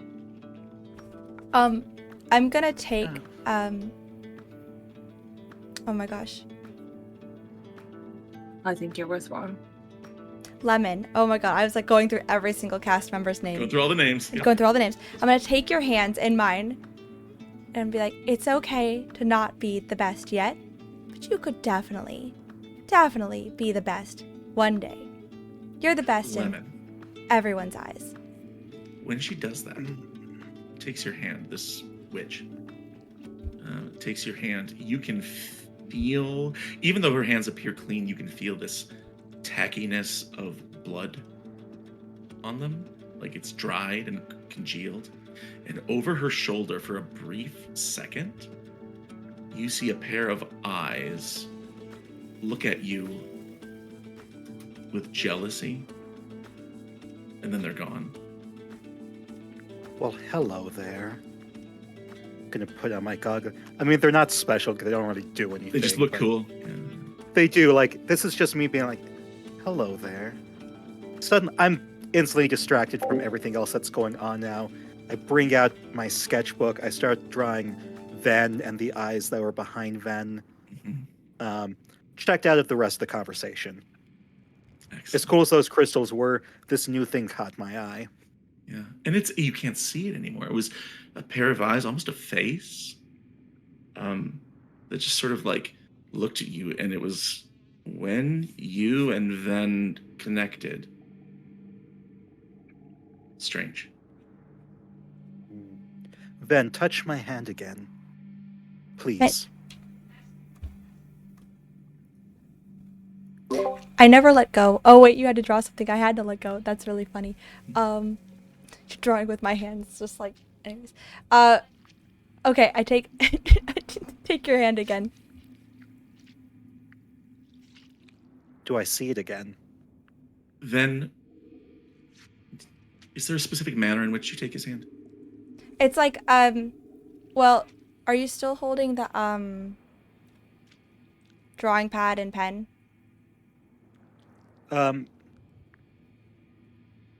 in one hand, kind of like this. Okay. If it's in one hand, then I take the other hand, and like it's like palm, his hand, my hand. Okay. Is there any emotion there? Curiosity. The face doesn't return. Because that's a really weird thing to say. You know? Take my hand again, right? Yeah, strange. Strange. I don't think it's that strange. The Horatio sort of like interjects, and he's like, "You," he says to Lemon. "You Me. need one. I can smell you're hungry. I can smell it. Not hungry for blood. Like you're hungry for something else. I know I you hate and me are that you the, know that. well, we're the same. I hate that too. You're future me, and I am not. Oh, okay. He's going to be tapping Horatio's forehead. Just He is like, I'm not okay with it. but it Can I makes have the rest sense. of his shinies? I licked this one. It didn't do anything. He turns to me and says, "You licked it? I'm gonna bring you so It's- many crystals." Their Yes, thing. you Oh my licked God. lots of- He turns back to Lemon. He says, "No, he needs them. He needs one because here's the thing, Miss. What's your name?" He's talking to Lemon. What's your name? What's your name? Magical boy lemon drop. All right, melon balls. Listen up. Third favorite fruit. I'll accept it. Okay. He What says, kind of melon? I'm future you, but I've been where you're going, and you've been where I'm going. How does that work?" How is a crow like a writing desk? Ah, no, not the crows. Well, A crow's Doc, like a does writing he desk because look it like- has a knife in its beak. Doc, does he look like Lemon? Well, he's a human. He is not giving off big junk mage vibes, but you get the feeling this is somebody who was an addict and got burned out on magic. Like an addict to power? magic? Maybe magic. It might be something else. Told It y'all might you- be Gotta stop occult smoking. Power. So, It might be. so if you're my future, Yes. I'm your past. Together we meet in the present, the present Yeah. moment, Yeah. where we I cross got a paths gift. two ships in the night, and we get a gift. And then after that gift, we go our separate ways. It could be unfortunate for one of us, maybe both of us, but for me, I will remember this. Will you remember this? I have no idea. I'm. What I thought. You're getting him into this frame of it's trade, it's an exchange and all that. The He says, experience. yeah. He says, yeah. He starts thinking about it, and I think this requires a roll of some kind. Ooh. I think that you're trying to get on his level and be just crazy enough that he'll do this for you. I think this is compel. Yes. I think this is a cult because he's a cult member. Okay, So 3 dice. yeah, that's 3 dice. This is not risky and it's not dangerous, but you get the feeling if you piss him off, he's on the edge, he could attack, but I don't think it requires any reduction. How'd you do? A 4 and 8. A 4 and 8 and a 1. That 8 is what you want Mm-hmm. and what you need. So with that, he considers it just for a moment, and he says, yes. This is good.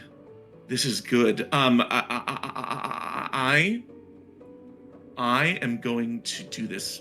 You have shown me the way through the vines, and you have given me the greatest gift of all. And he reaches out and he touches ear on the arm, and he says, "You have given me." I forget. What was it? I don't know. An Yes. experience. An experience of meeting myself in the past. Hmm. So, this will take May we never forget. some time. Would you like another experience? Yes, I would. Later. Smoke! No, no, no, smoke. Skull. Smoke? Smoke? Where's Smoke? What? What do you want? Show him the to- skull. Maybe he can read it. It's actually I'm not a crazy. bad I'm not idea. stupid.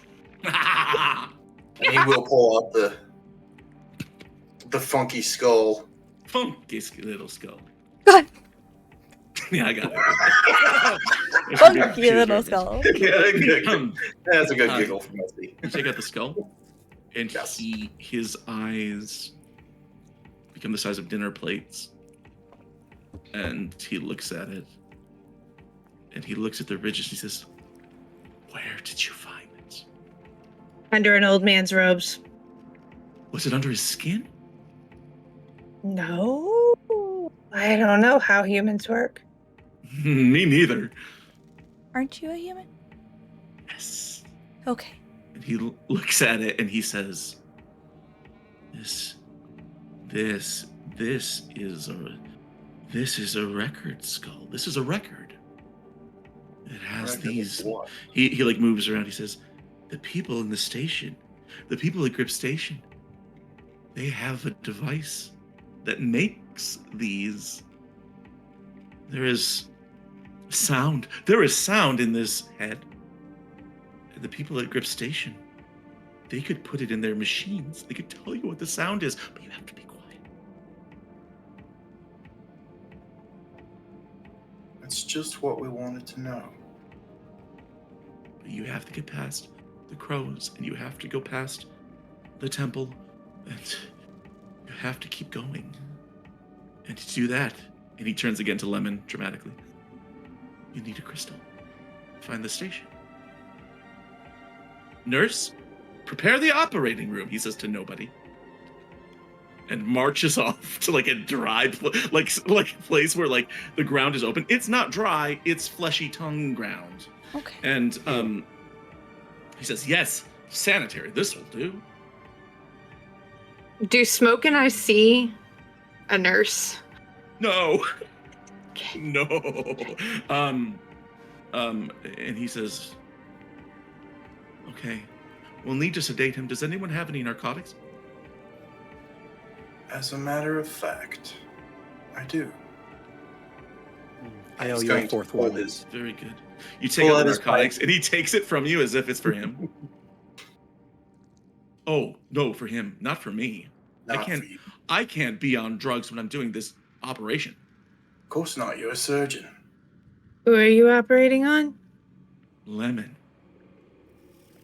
Just going to kind of look at Lemon and gesture towards this spot that the doctor has prepared. Mm-hmm. It's a I'll lovely hold your spot, isn't hand. it? I'll hold your hand. Do not lick it. No, you should lick it.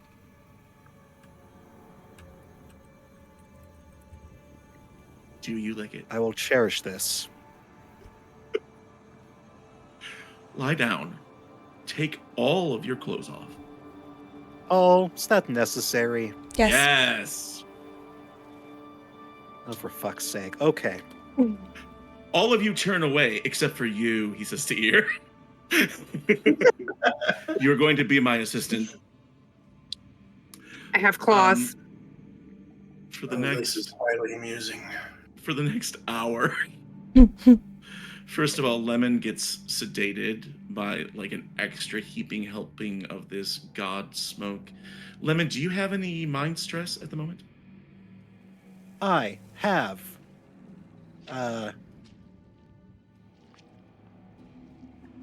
on. 2 mind stress. Roll me 1d6, and this god smoke that you're taking could refresh that, could resolve it. Okay, now you're down to 0 mind stress again.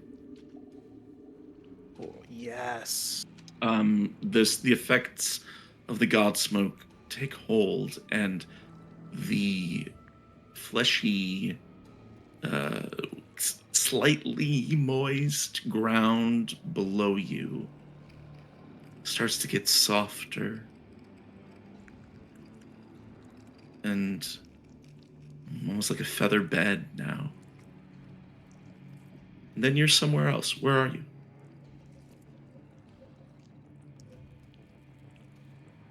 At the shore of a lake in a lemon grove. There are birds, not crows, but like songbirds, tweeting in the trees. And you're resting on this lake shore. Look around, and just off in the distance, you see Horatio and Ear frolicking through the lemon trees. And Horatio frolics up to you and takes a crystal in his hand and jams it into the center of your chest.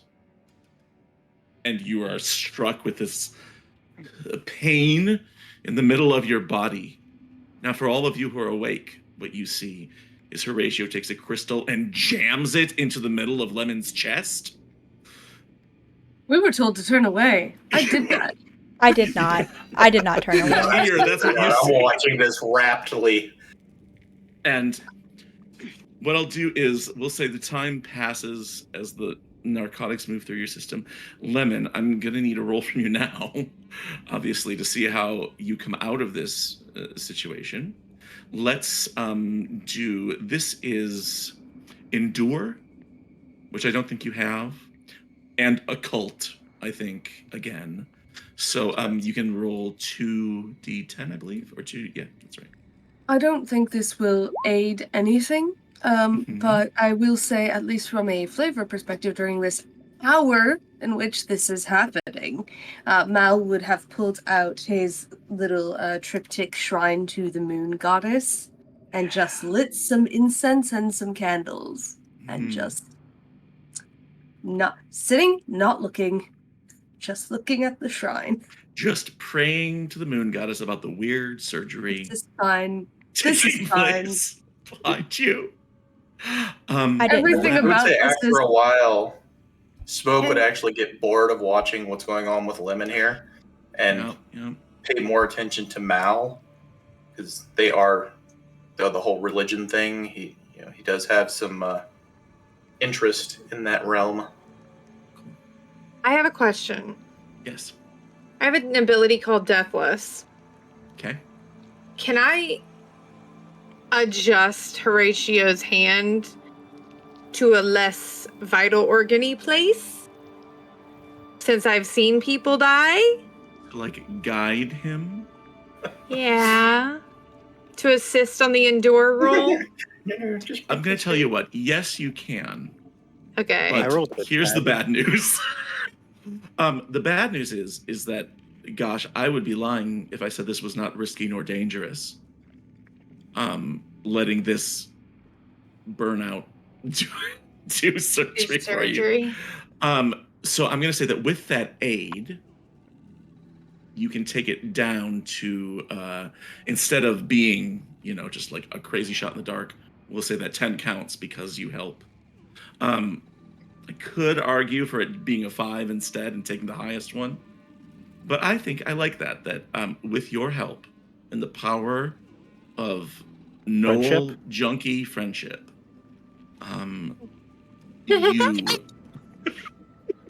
you are able to like guide him, and it is a critical success. And what that means is you've passed this encounter with this guy, and Lem, Mika, I'm gonna have you make me, instead of a D4 roll, which would be for this level, roll me a D6 against the resistance of this delve. 2. Nice. It's better than 0. You're getting there, you're close. So you feel this pain, Lem, and you like sit up in bed. Not bed. In tongue. You sit up in tongue. God. And you like you can feel it in your chest, and it hurts like it hurts like a motherfucker. But yeah, but also after the pain dies down a little bit, you feel this humming in your chest. And you can feel where it's coming from, like this crystal in your chest wants to lead you back where it came from. Kind of like echolocation. Oh, that's the stuff. And not only that, it's so good. I'm feeling it. Oh. And as you say that, you Worth it. hear very close to your ear, Horatio goes, I was right. What? I was right. Right. I was right. I'll never tell. Mm-hmm. What are we talking about?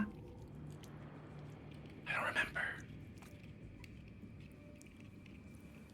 My name's Just Lemon. the Horatio. convergence. My name's Lemon. Horatio. I live near platform 3. I live near platform 3 in Derelictus. Okay. When you come back, you come and find me. We can have sex. Why? What is that? I'll tell you about it later. Okay. Okay? And he goes and scampers off towards the vines, and he takes like a dagger or like a dirk, like kind of a short like type of sword from his belt, and he starts like just hacking at the vines and is like charging through them, and you see the vines trying to grab him as he like clambers up onto the ledge. And he says, "Goodbye!" He's going to die, isn't he? Lemon I with don't- sex. No, All right, no. 2 things. The first thing, if that proved anything, I think we need to think less. Second, not it. No, I think that maybe that's a conversation for after we've done what we need to do, and we can have all the time in the world to discuss what sex You is. see, We have a long way to walk. Why won't anybody tell me what sex is? and you are Because- walking Lemon, as you have this Lemon brings out his notebook. Oh, okay. He's like, okay, so you all owe me $20. Here is a diagram in my notebook with notes. Read this while we continue. Lemon, is it the Smoke. same for Knowles? Fuck. Mm, I take the notebook Precisely. back. I believe Fucking! that we'll do a discussion. There it is. there it is. All right. As much as It a lot of Oh god. ear appropriating pains me, we need to move on. You It was proceed. a language issue. I've never fucked a human. This is the Well, you best might get the one-shot ever. chance. Congratulations. He was really scrawny. Was I your wingman? Fuck, was he really scrawny? At the sentence, was I your wingman? All of you think about that ominous warning he gave you about crows. So you start looking, but for the next stretch of distance, you don't see him. No sign of, alarm or anything like that. And you press on. Eventually, the ground, instead of fleshiness, transitions. And before you know it, you're walking on a floor, and it's not a cavern floor, it's not dirt. It appears to be finished marble. It has this smoothness to it that suggests that somebody made it. But who could have made this? It's red. It's that deep, bloody red. But other than that, it should not be here. And your footsteps now make that sound of clack, clack, clack as you're walking down this tunnel. The walls become straighter. They become like actual finished walls. And then even the cavern's roof that you're in starts to resemble being indoors until way up in the distance you see doors. You see a big set of double doors of some deep wood with gold handles. Above them is it's a carving in the capstone of the archway. And the carving, it is of a crescent moon up in the sky, but then below it, almost as if it's in the ground, is this full moon reflected up from like a puddle or something like that. It's an interesting piece of art. I'm interested. Yeah. Smoke is kind of trailing his hand along this smooth wall, almost a thoughtful look on his face. It reminds me of a place I once lived. Where did you once live? Before I met that one. We met each other. We've all met each other. Though, And Yeah. smoke, as you trail your fingers along that wall, you can almost feel your brother doing the same. After a moment, I think Mal is not very patient and goes to inspect the moons. You go up to look at these moons, and they are familiar to you. So I'll give you a nice little RP question here. How are they familiar? And how much of that do you tell the rest of the group? That's an excellent question. So obviously, the moons to him originally, or not originally, for him at this moment, they are in, they are beneath, and these are moons, and he is looking for the moon beneath, which is his goddess, and I think this is not something that you don't know about him, but he's not particularly a zealot. He's more religious than some, but he hasn't tried to proselytize to you.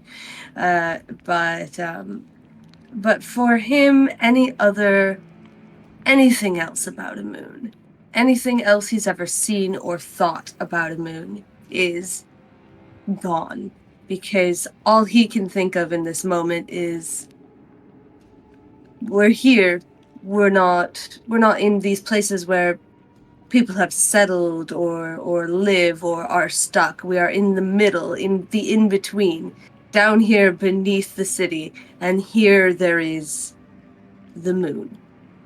And so it must be her, or have something to do with her.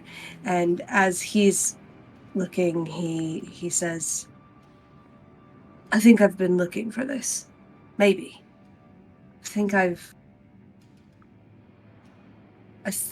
wanted to find. I think it's her. Maybe.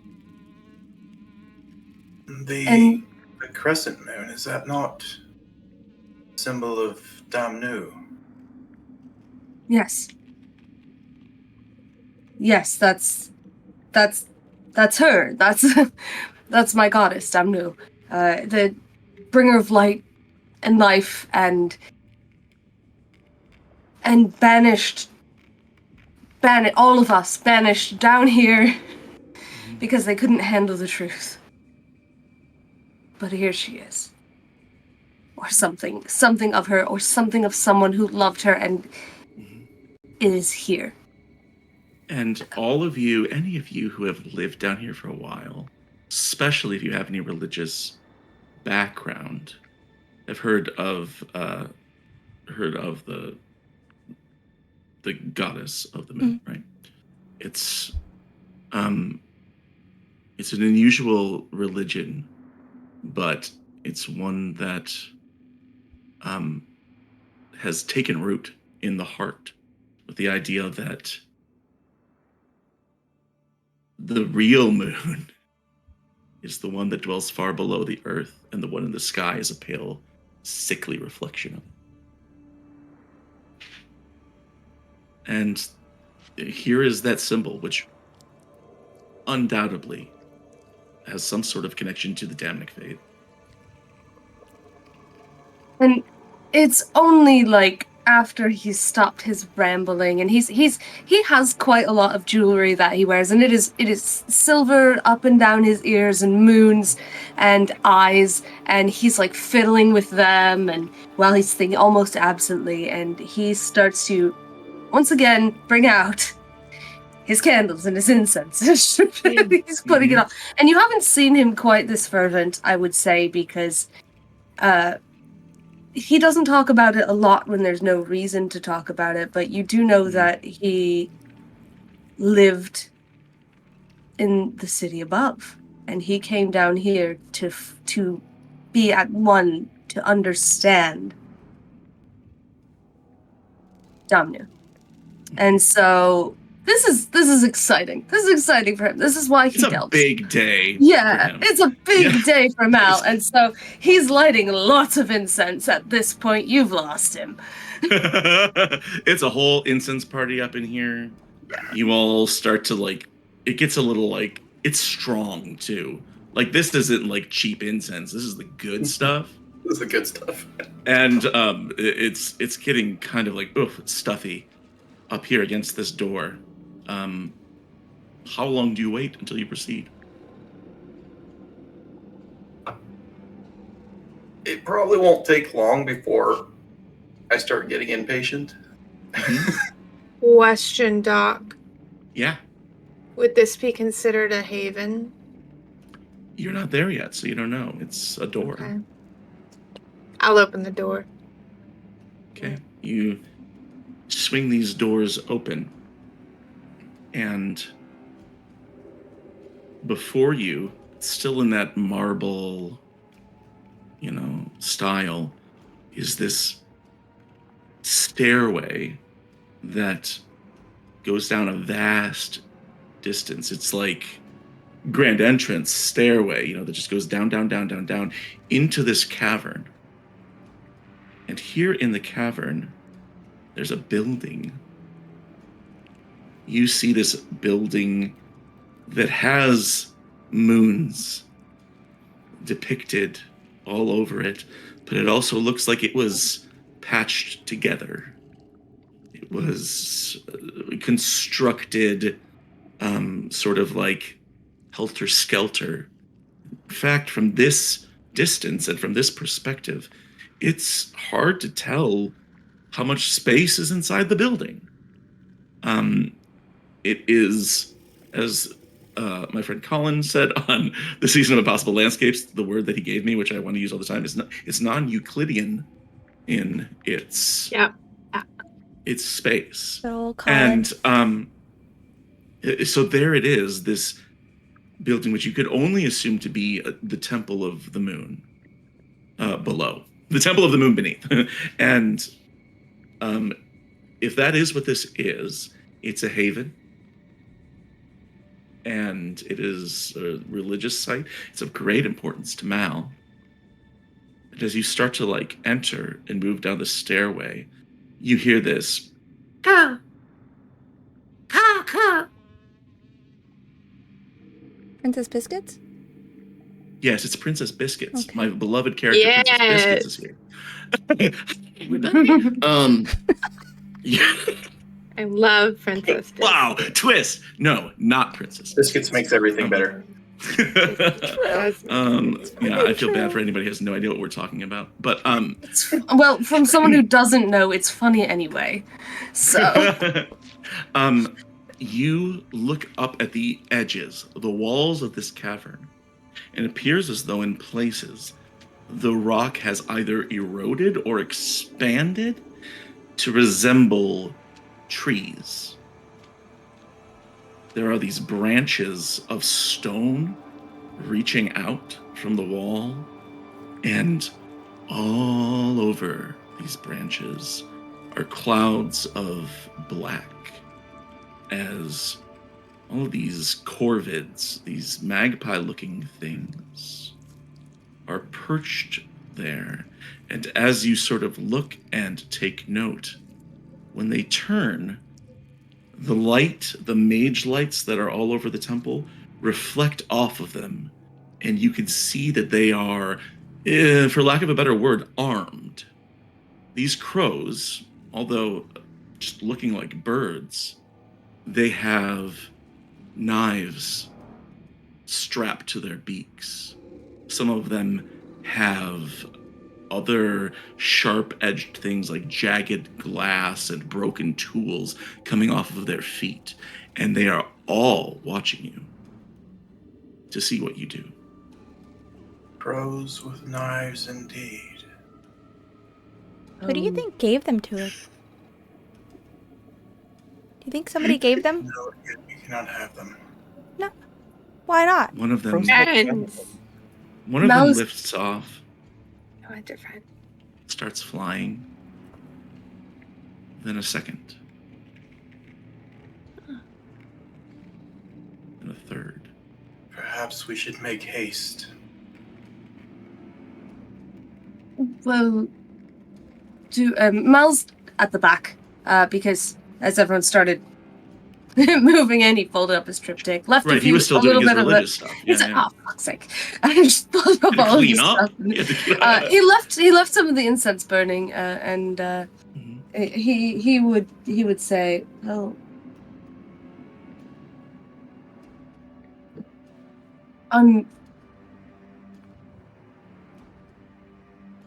well, why are they here, do you think? I mean, that might be important. They be guarding something? Yes, but I It's feel that Carrion isn't the... Maybe.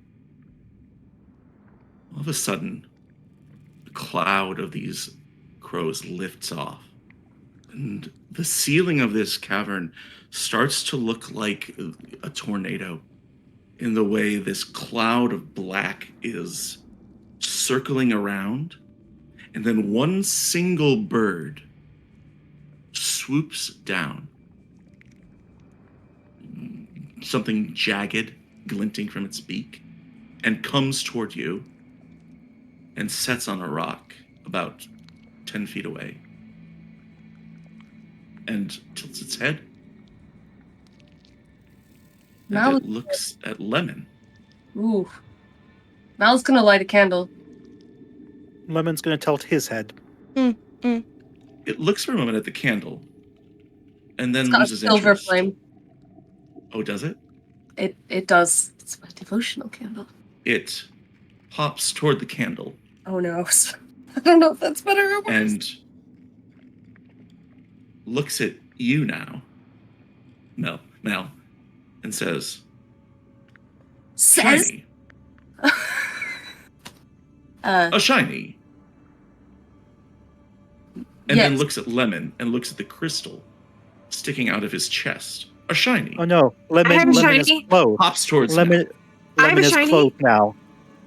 What do you have? I have the other crystal that Horatio gave me. It looks up at that one.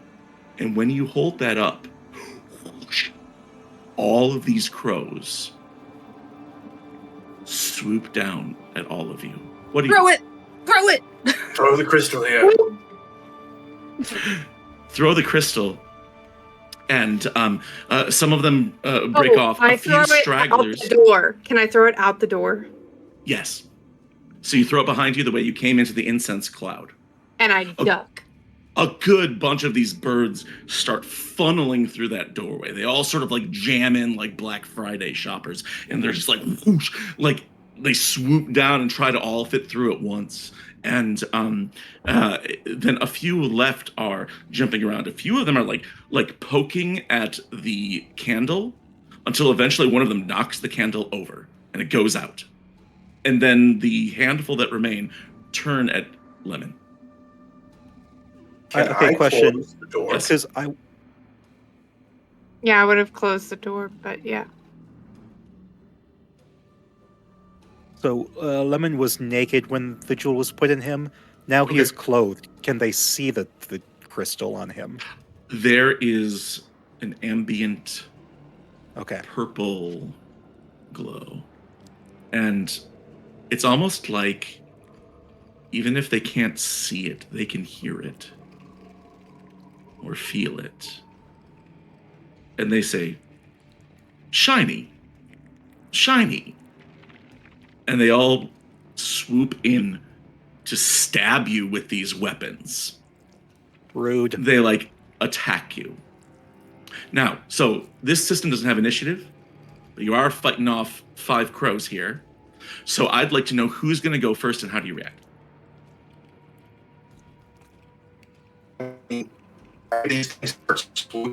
Oh no, Rise, you are breaking up again.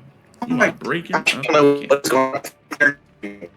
Discord hates us tonight, It guys. really does. I guess. Discord is the enemy. It is. So if you can hear me, Yes. as these things come swooping in, Mhm.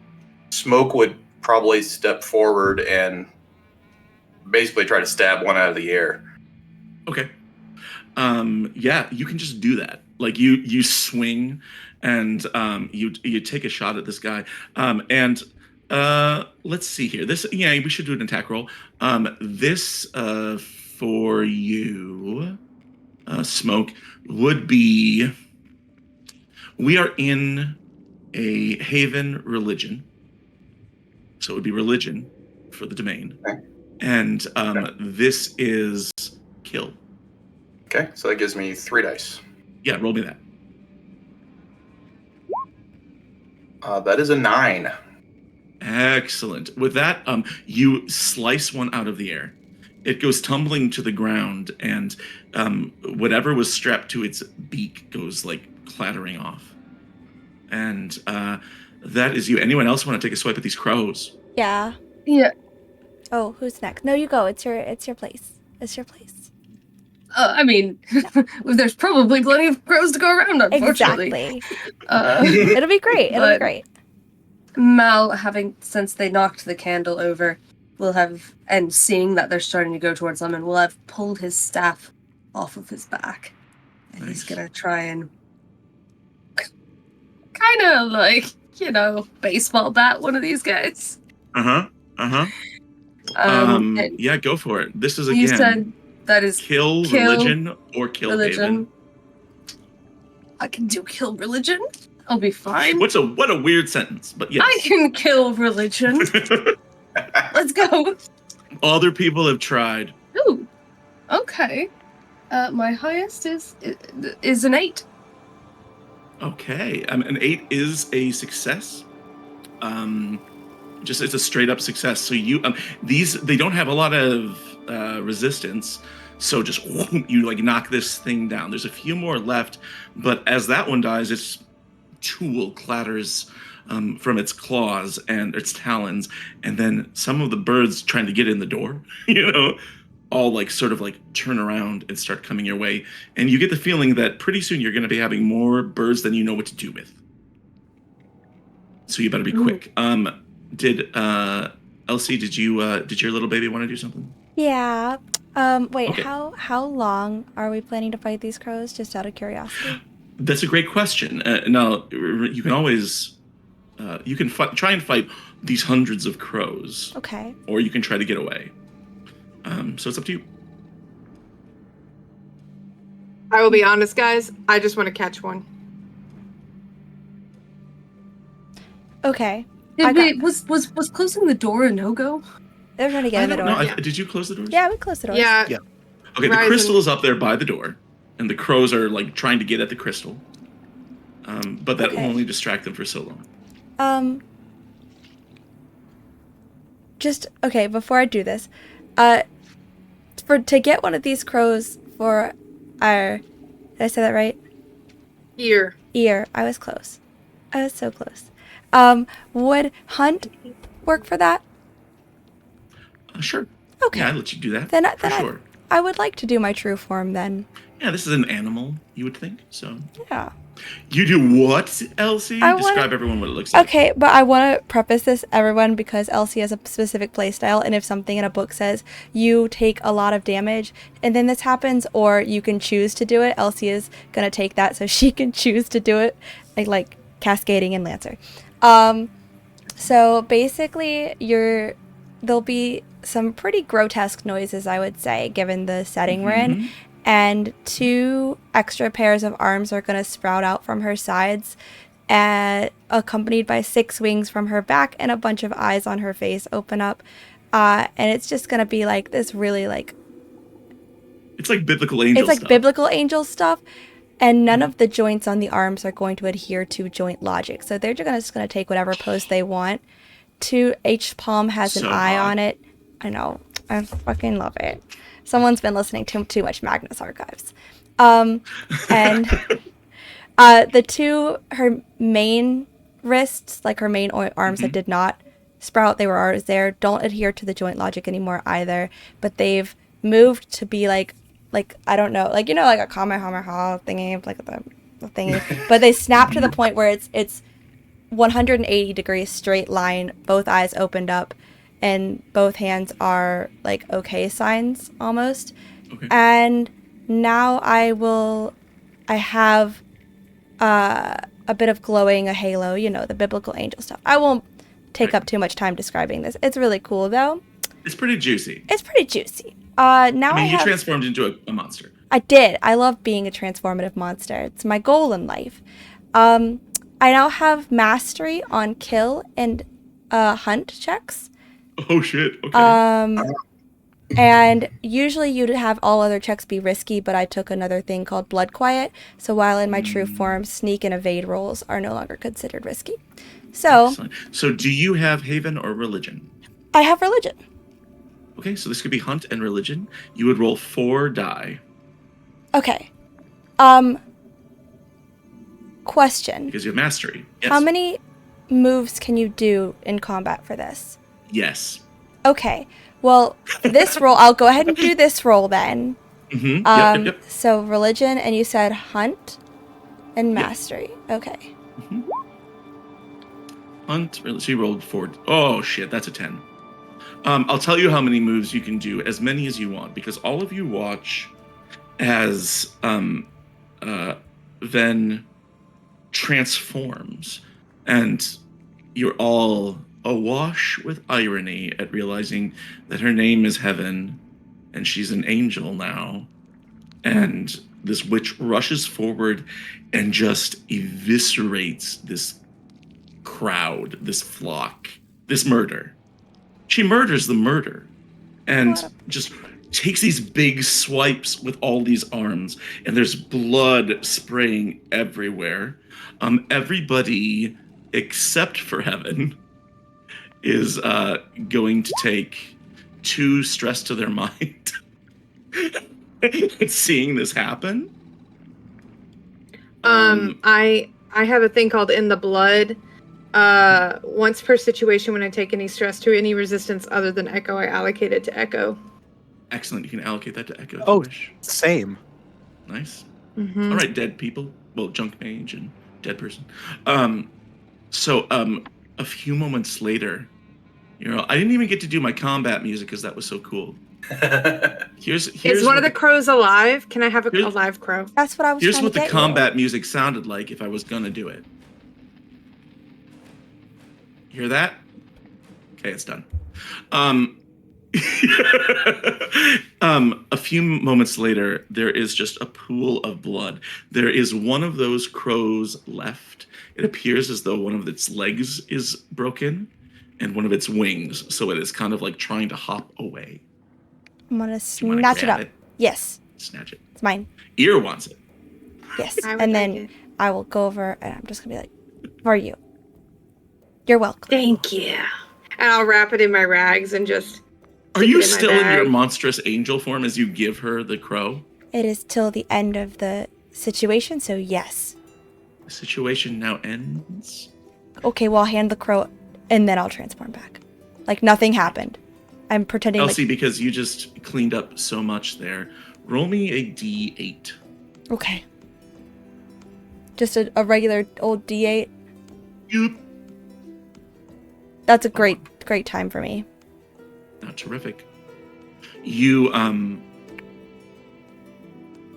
feel like the crows are no longer a threat, and you approach this temple of the moon beneath. Got one thing real quick, Doc. Go for it. Did the crows ever say anything other than shiny? Did not. But you didn't have a conversation with them. I got one in my bag now. You could talk to it later. I'm actually It's going alive. to. Yeah. Okay, I'm going to try this. You can you tell gonna me whether or not this works. will. So Smoke is actually going to kneel down next to one of these broken little dead bodies.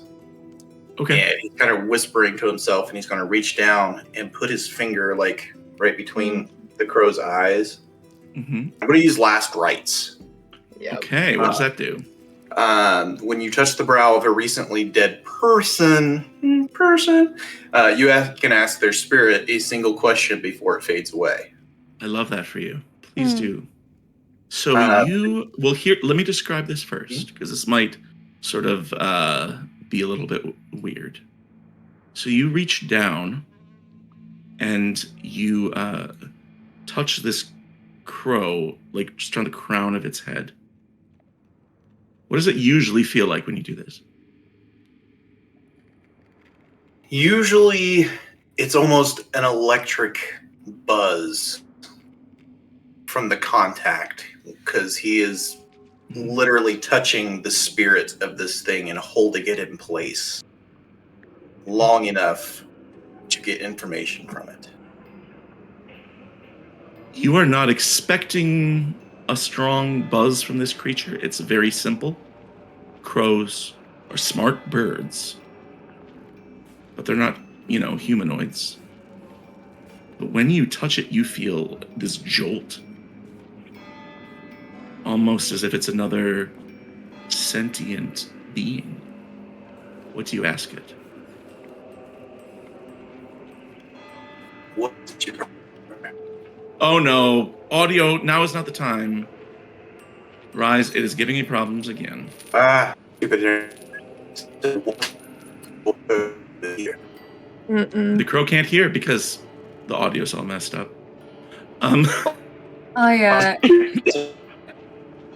I have something to fill a moment while we Yes, wait please for fill that moment while we to figure sort that. itself. I've This got would. Oh, sorry. Go ahead. captions say, "What is your purpose here?" Oh, thank you, There we Captions. go. Good call. CJ, hold that. We'll get back to you in just a second. Yeah, it would have happened Um, afterward anyway. So Yes, great. The being that is on the other end of this says, mating,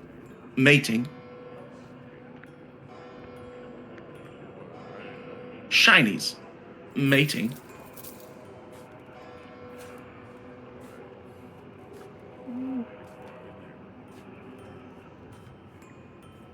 That's all you get.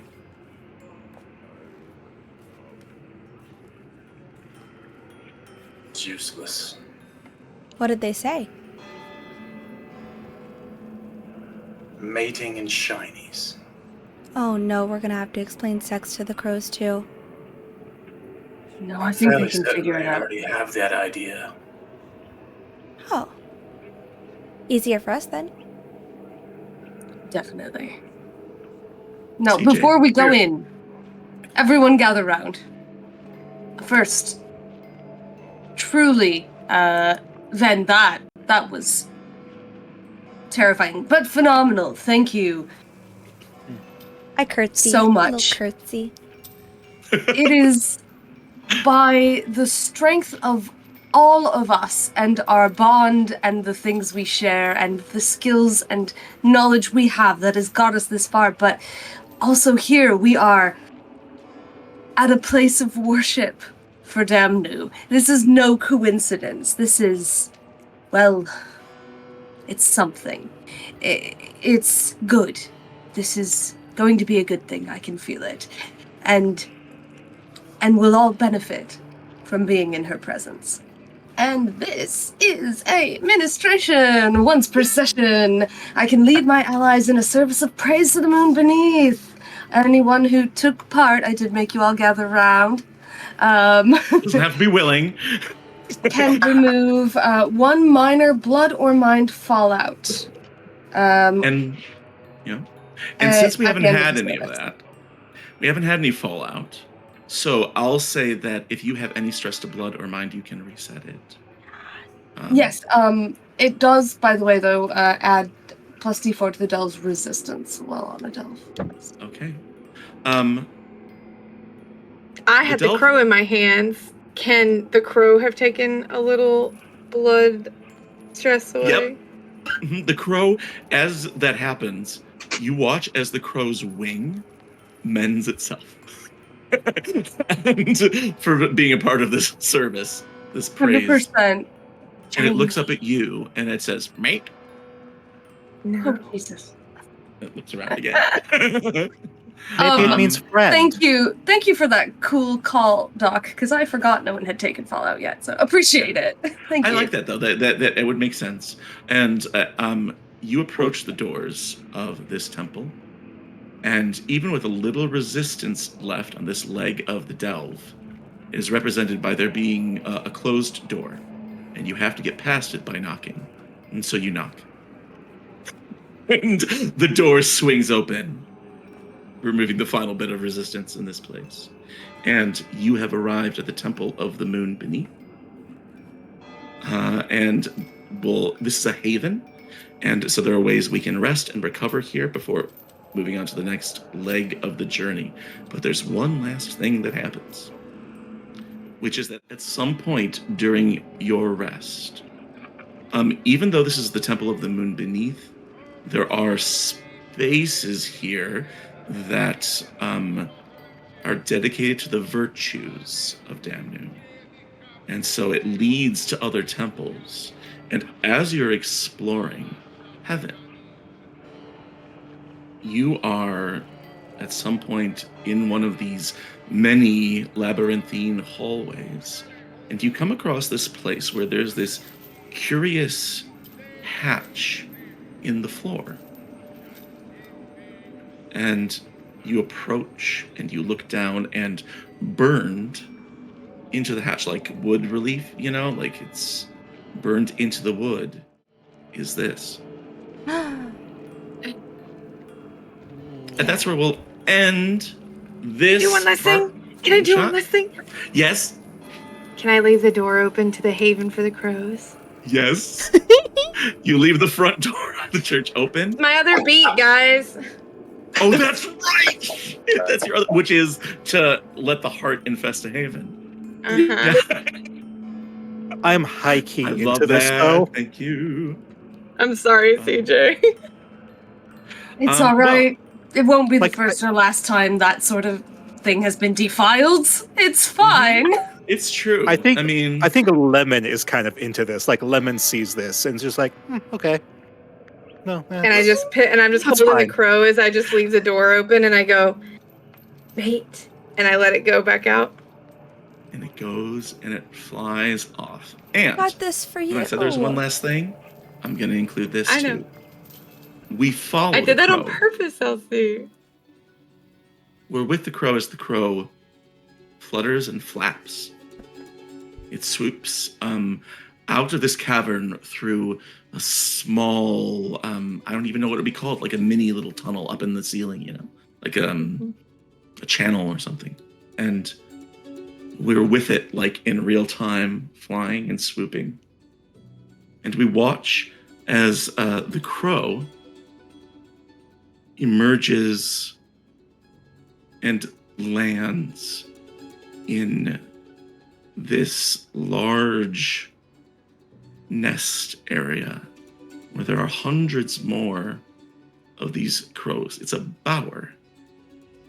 And it lands, and all throughout this bower, scattered on the ground, are necklaces, coins, crystals, two-headed goat placenta, all over the place as the crow lays its shiny down there that it found.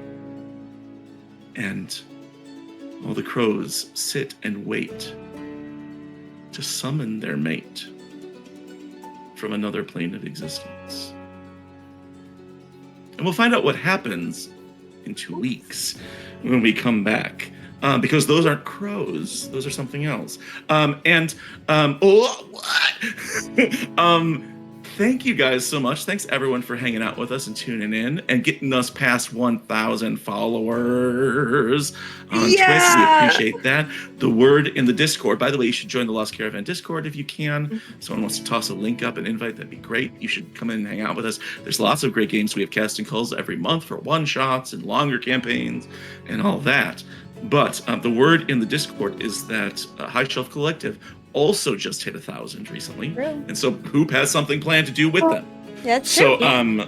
we're going to combine forces, and then we'll have 2,000 followers. That's And we'll be unstoppable. Before we go, let's go around and we'll talk to our cast. Cast, I'd love to hear who you played, you know, what they are. Give us their class, give us their calling. What are they? What's their race? And then if you've got anything else coming up, feel free to promote that as well. And we would all love to hear all about it. Let's start. We'll do it reverse order. So we'll start with Rise. Rise. Smoke was the straight man. You always do the straight man so well. Yeah, that is my pre-designated role. Yeah. Speaking of which, my star for Rise, my thing I appreciated from Rise during this session was that you are able to, when someone like Ear says something to Rise, you are able to say, I don't care, and have it come across as yes and. So you do that very well. And I appreciate you letting the shenanigans happen, but also to be the straight man. Rise, you got anything else coming up? What can we know about you? Let's see. Yes, so I am Sean, otherwise known as Rise on Discord and on Blue Sky as well. You can find me there as Rise. What do I have coming up? Tonight, I was playing Smoke Over Stone and Alfiri Enlightenment Deadwalker. So yes, I am Living Dead Not Girl. Gotcha. What do I got coming up? To see next Monday, I will be over on Singularity RPG for our next episode of Autumn, our Locust campaign. This is episode 4, I think, where we are all very terrible people, and honestly, we probably none of us should make it out alive because they are really horrible people in general. Good. Isn't that how Locust goes? Yeah. If I mean generally, that's a Locust game in a nutshell. Let's see.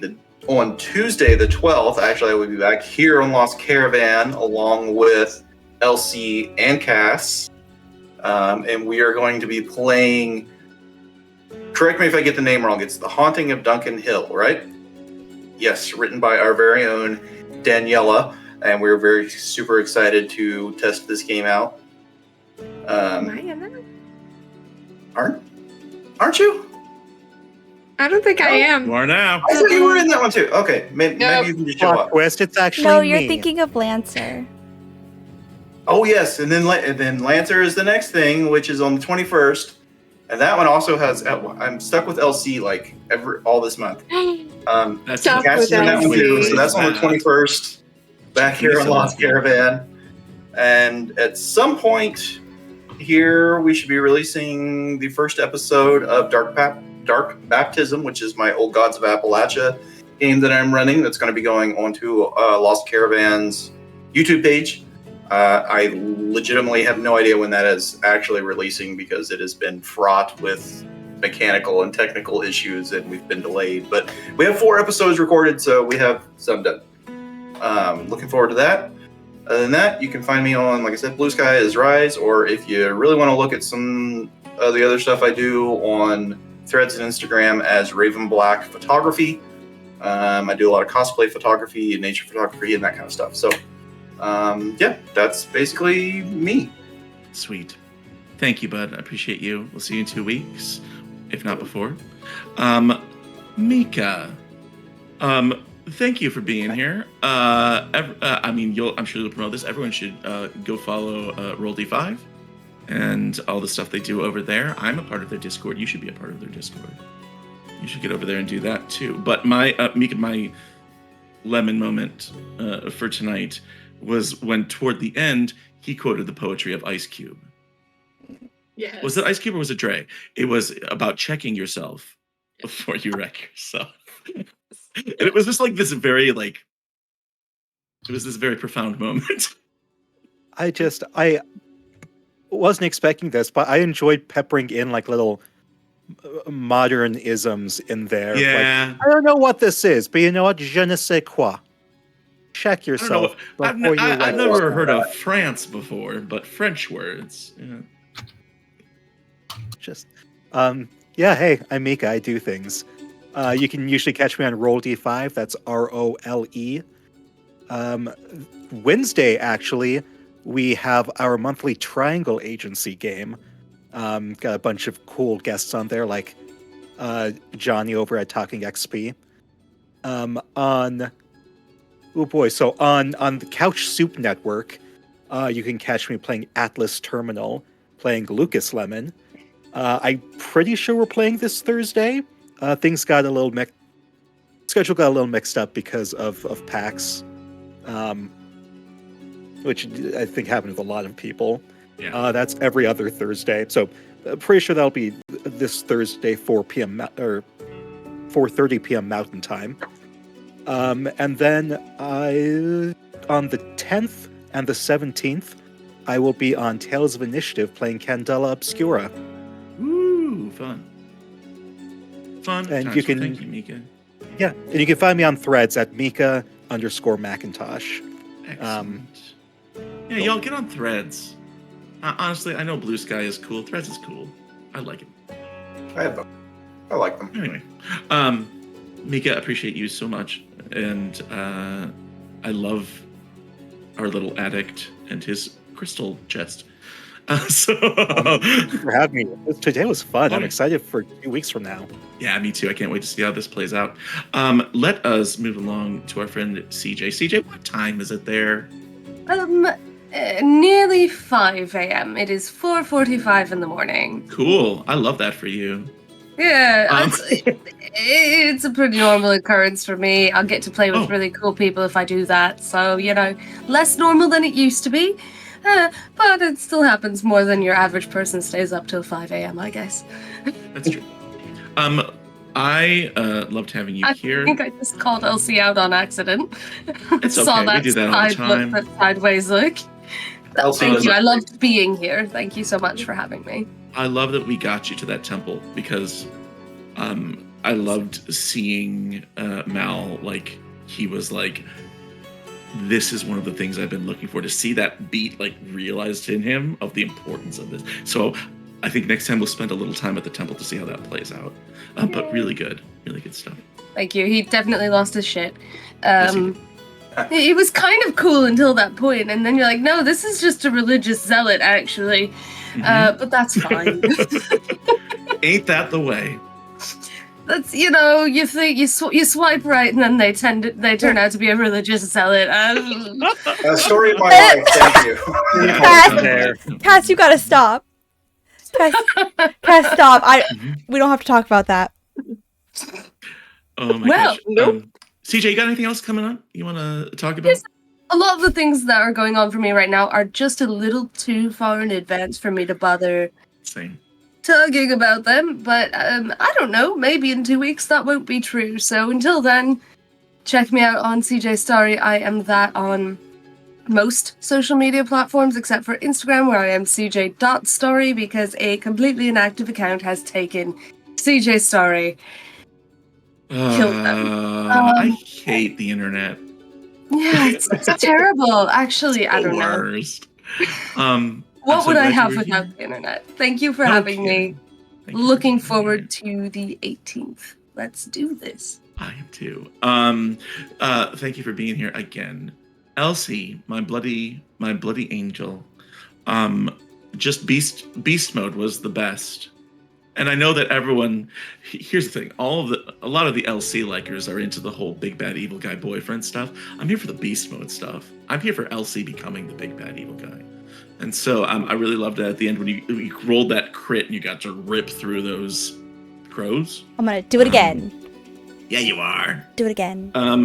Elsie, what do you have coming up? Oh boy. Okay. What a wild ride. This was amazing, Doc. I am in love with it. It's so much fun. What have I got in store? Tomorrow we are playing Final Girl. Why? Because I'm your resident Final Girl. What's up? And I'm playing with Heck, because Heck wrote the game. And it's going to be super fun. We've got a lot of fun stuff in store. There's a whole card flipping game. We have a whole backstory going.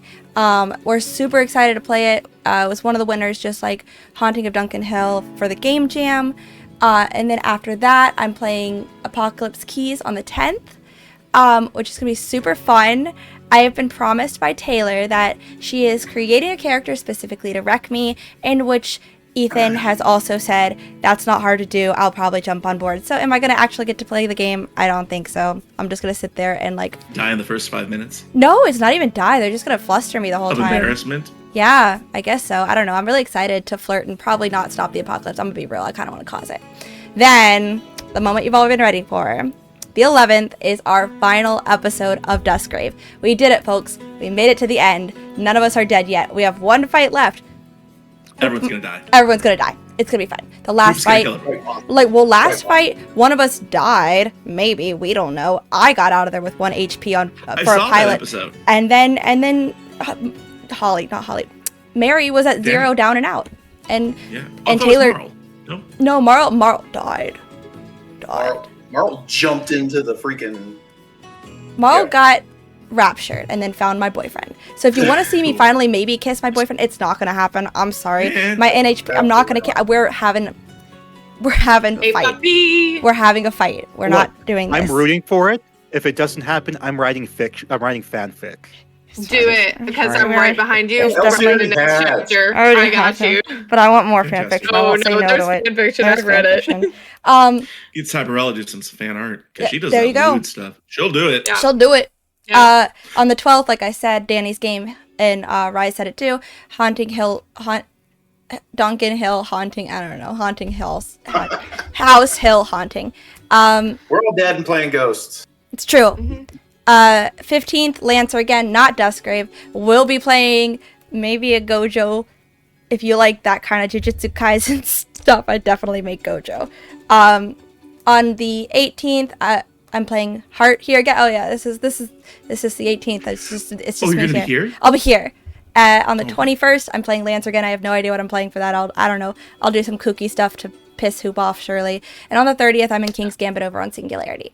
And then if we want to really reach out there, just for a joke, it's for a joke, because somebody here plays a religious zealot who somebody else here, me, swiped right on, who shot me last episode of Speakeasy in our Call of Cthulhu. It's really funny because Cass does play a religious zealot who I did swipe right on. I have a hot snake Eldritch God boyfriend in that game. It's great. I love when I accidentally call people out. You do, because I don't sleep, so absolutely me. It's funny, and that's just me, and I'll send it along so that CJ can go to bed. Which, ironically enough, CJ know each other, and I know each other somehow, some way. We crossed paths in the year 2016. Of course, but we should let CJ go to bed. CJ should go to bed. Before we do that, speaking of fanfic, I'll tell you what I ship. I ship Horatio the Burnt Out Junkie with this crazy ass Noel. Doc, you threw that at me, and I went through the little mind palace for the very limited backstory I have given. Ear, and I was like, "Yep, Ear would do that." Speaking of swiping right on questionable, I know, right? I know both. Well, here's the thing: is both of them are swiping right on questionable partners. I just like doing that. That was fun, and I don't know why. I love playing somebody who's not there anymore. and that guy Right? was not It's there. the best thing. Like ear is also not there. Is Yeah. sometimes there, like grabbing Sure. the bird When it and like counts. leaving the door open and then letting the bird. Yeah, that was a there Ear's moment. there to make mistakes. No, that wasn't Lucidly. a mistake. That was deliberate. That was a choice. That was not a mistake. Okay, ear is there to make bad choices. And Yes, that's ear on the is line. here Yeah. to make bad choices. That's like- Hi guys, I have been ear Ash Grinder. You can find me on Blue Sky Yoda Almighty, which is also my Discord handle. I lurk a lot of places. How many TTRPG servers am I in now? A lot. 100. Not 100. I'm getting there though. Let's see. I will be back here on Wednesday playing Pathfinder with James, ruining their day once again. This time Turk is going to help me. It's great. And then I will be on Singularity Roleplay on Sunday playing A Rift of Pan, which is going about as well as you can imagine. I may have bought horns. It's fine. And then I will have a week off in December worth no games. And then I'll be back on the 18th here playing Heart, and on the 21st playing Lancer. And I have home games going on. And then I will be back. I will be over on Live from the Apocalypse doing their 12 Days of Hasmus, which is all charity games. And on the 27th, and we're going to be playing, I forget the full name of the game, but it's Nearthmas, Weird Little Bats. Oh. And as I understand it, I think we're playing Santa Claus, and it's great. I'm going to be a little bat. Excellent. And then on the 30th, King's Gambit, which is on Singularity. It's the spy game that LC and I are in. It's great. Nice. We get into. You thought shenanigans tonight? I gotta we get over launched. Singularity. I don't think I follow them. You need These are all to. We had one of our players launch a Lambo at a rocket to save the rest of the group I wasn't a there few for sessions that. ago. No, Love that. LC had to miss that game, and it was bonkers. And then Speakeasy on January 6th, where LC and I are in a Call of Cthulhu campaign, and it's going great, guys. It's not going Well, great. That's one I way to didn't say it. kiss her and shoot her in the same episode. That didn't happen. No, that was 2 different episodes. Was it two? It was 2 different Oh, episodes. everything blended together. I didn't The kiss same anyone in that day, episode. and that's true. I'm I'm working very- on it, boo. No, I don't want you. I don't want to kiss you. Fuck you. Oh, no, not you. I'm going to send you back to Timmy. Listen, I love this exchange, and I could go on about it. No, all we gotta day. go to We gotta bed. wrap this show. We got to go to bed. CJ's gotta go to sleep. Yes. I've been your GM, Doc Rimbo, having just the Woo. best time of my life because I'm so happy to get to play this game. You all should pick it up too if you get the chance. Heart, the City Beneath. We'll be back here in 2 weeks for the second part of this, and who knows where it'll go. We'll see. And other than that, I have some stuff coming up. On Wednesday of this week, Cass and I will be playing Pathfinder. I am going to be reprising my goblin Knock, who hates magic and won't shut up about it. No, Snock. Snock is his Snock. name. It's Snock. And hates magic. But last time he learned that some magic is okay. So is he going to be different this time? Yes. Is he still going to be best friends with Mina, Nikki's dog? Yes. The Shuni. I'm excited for them to be reunited. They're going to be together on Wednesday this week. And then 2 weeks from Wednesday, Nikki and I are in another Pathfinder game where we'll be playing Snock and Mina. So they're just traveling around together, a goblin and a Shuni dog, just doing stuff. And he'll be so excited for that. I'm really excited for that. Past that, there's Christmas and junk. In January, same thing, stuff that I can't quite talk about yet, but stuff that I'm really excited for. I'm in another stream that's starting, I think, in January with a lot of amazing people from the England, just like you, CJ. And so all my English friends, and we'll be playing something there, but I'll give details later, hopefully in 2 weeks. But the one thing I can talk about in January is season 3 of Impossible Landscapes. That will be premiering towards the end, and excited for that. So that's all that. Everybody in chat, please stick around. We're gonna do a raid. Who we raiding? Interpoint Remind me? Station. Interpoint Station. They're playing Lancer like they always do. I am going to make sure that everybody in this cast goes to bed. Yes. Oh, I can't read them. I have to be You up. can't I have pay to be them? up in Well, 6 hours for work. Okay. Oh, I did it. Okay.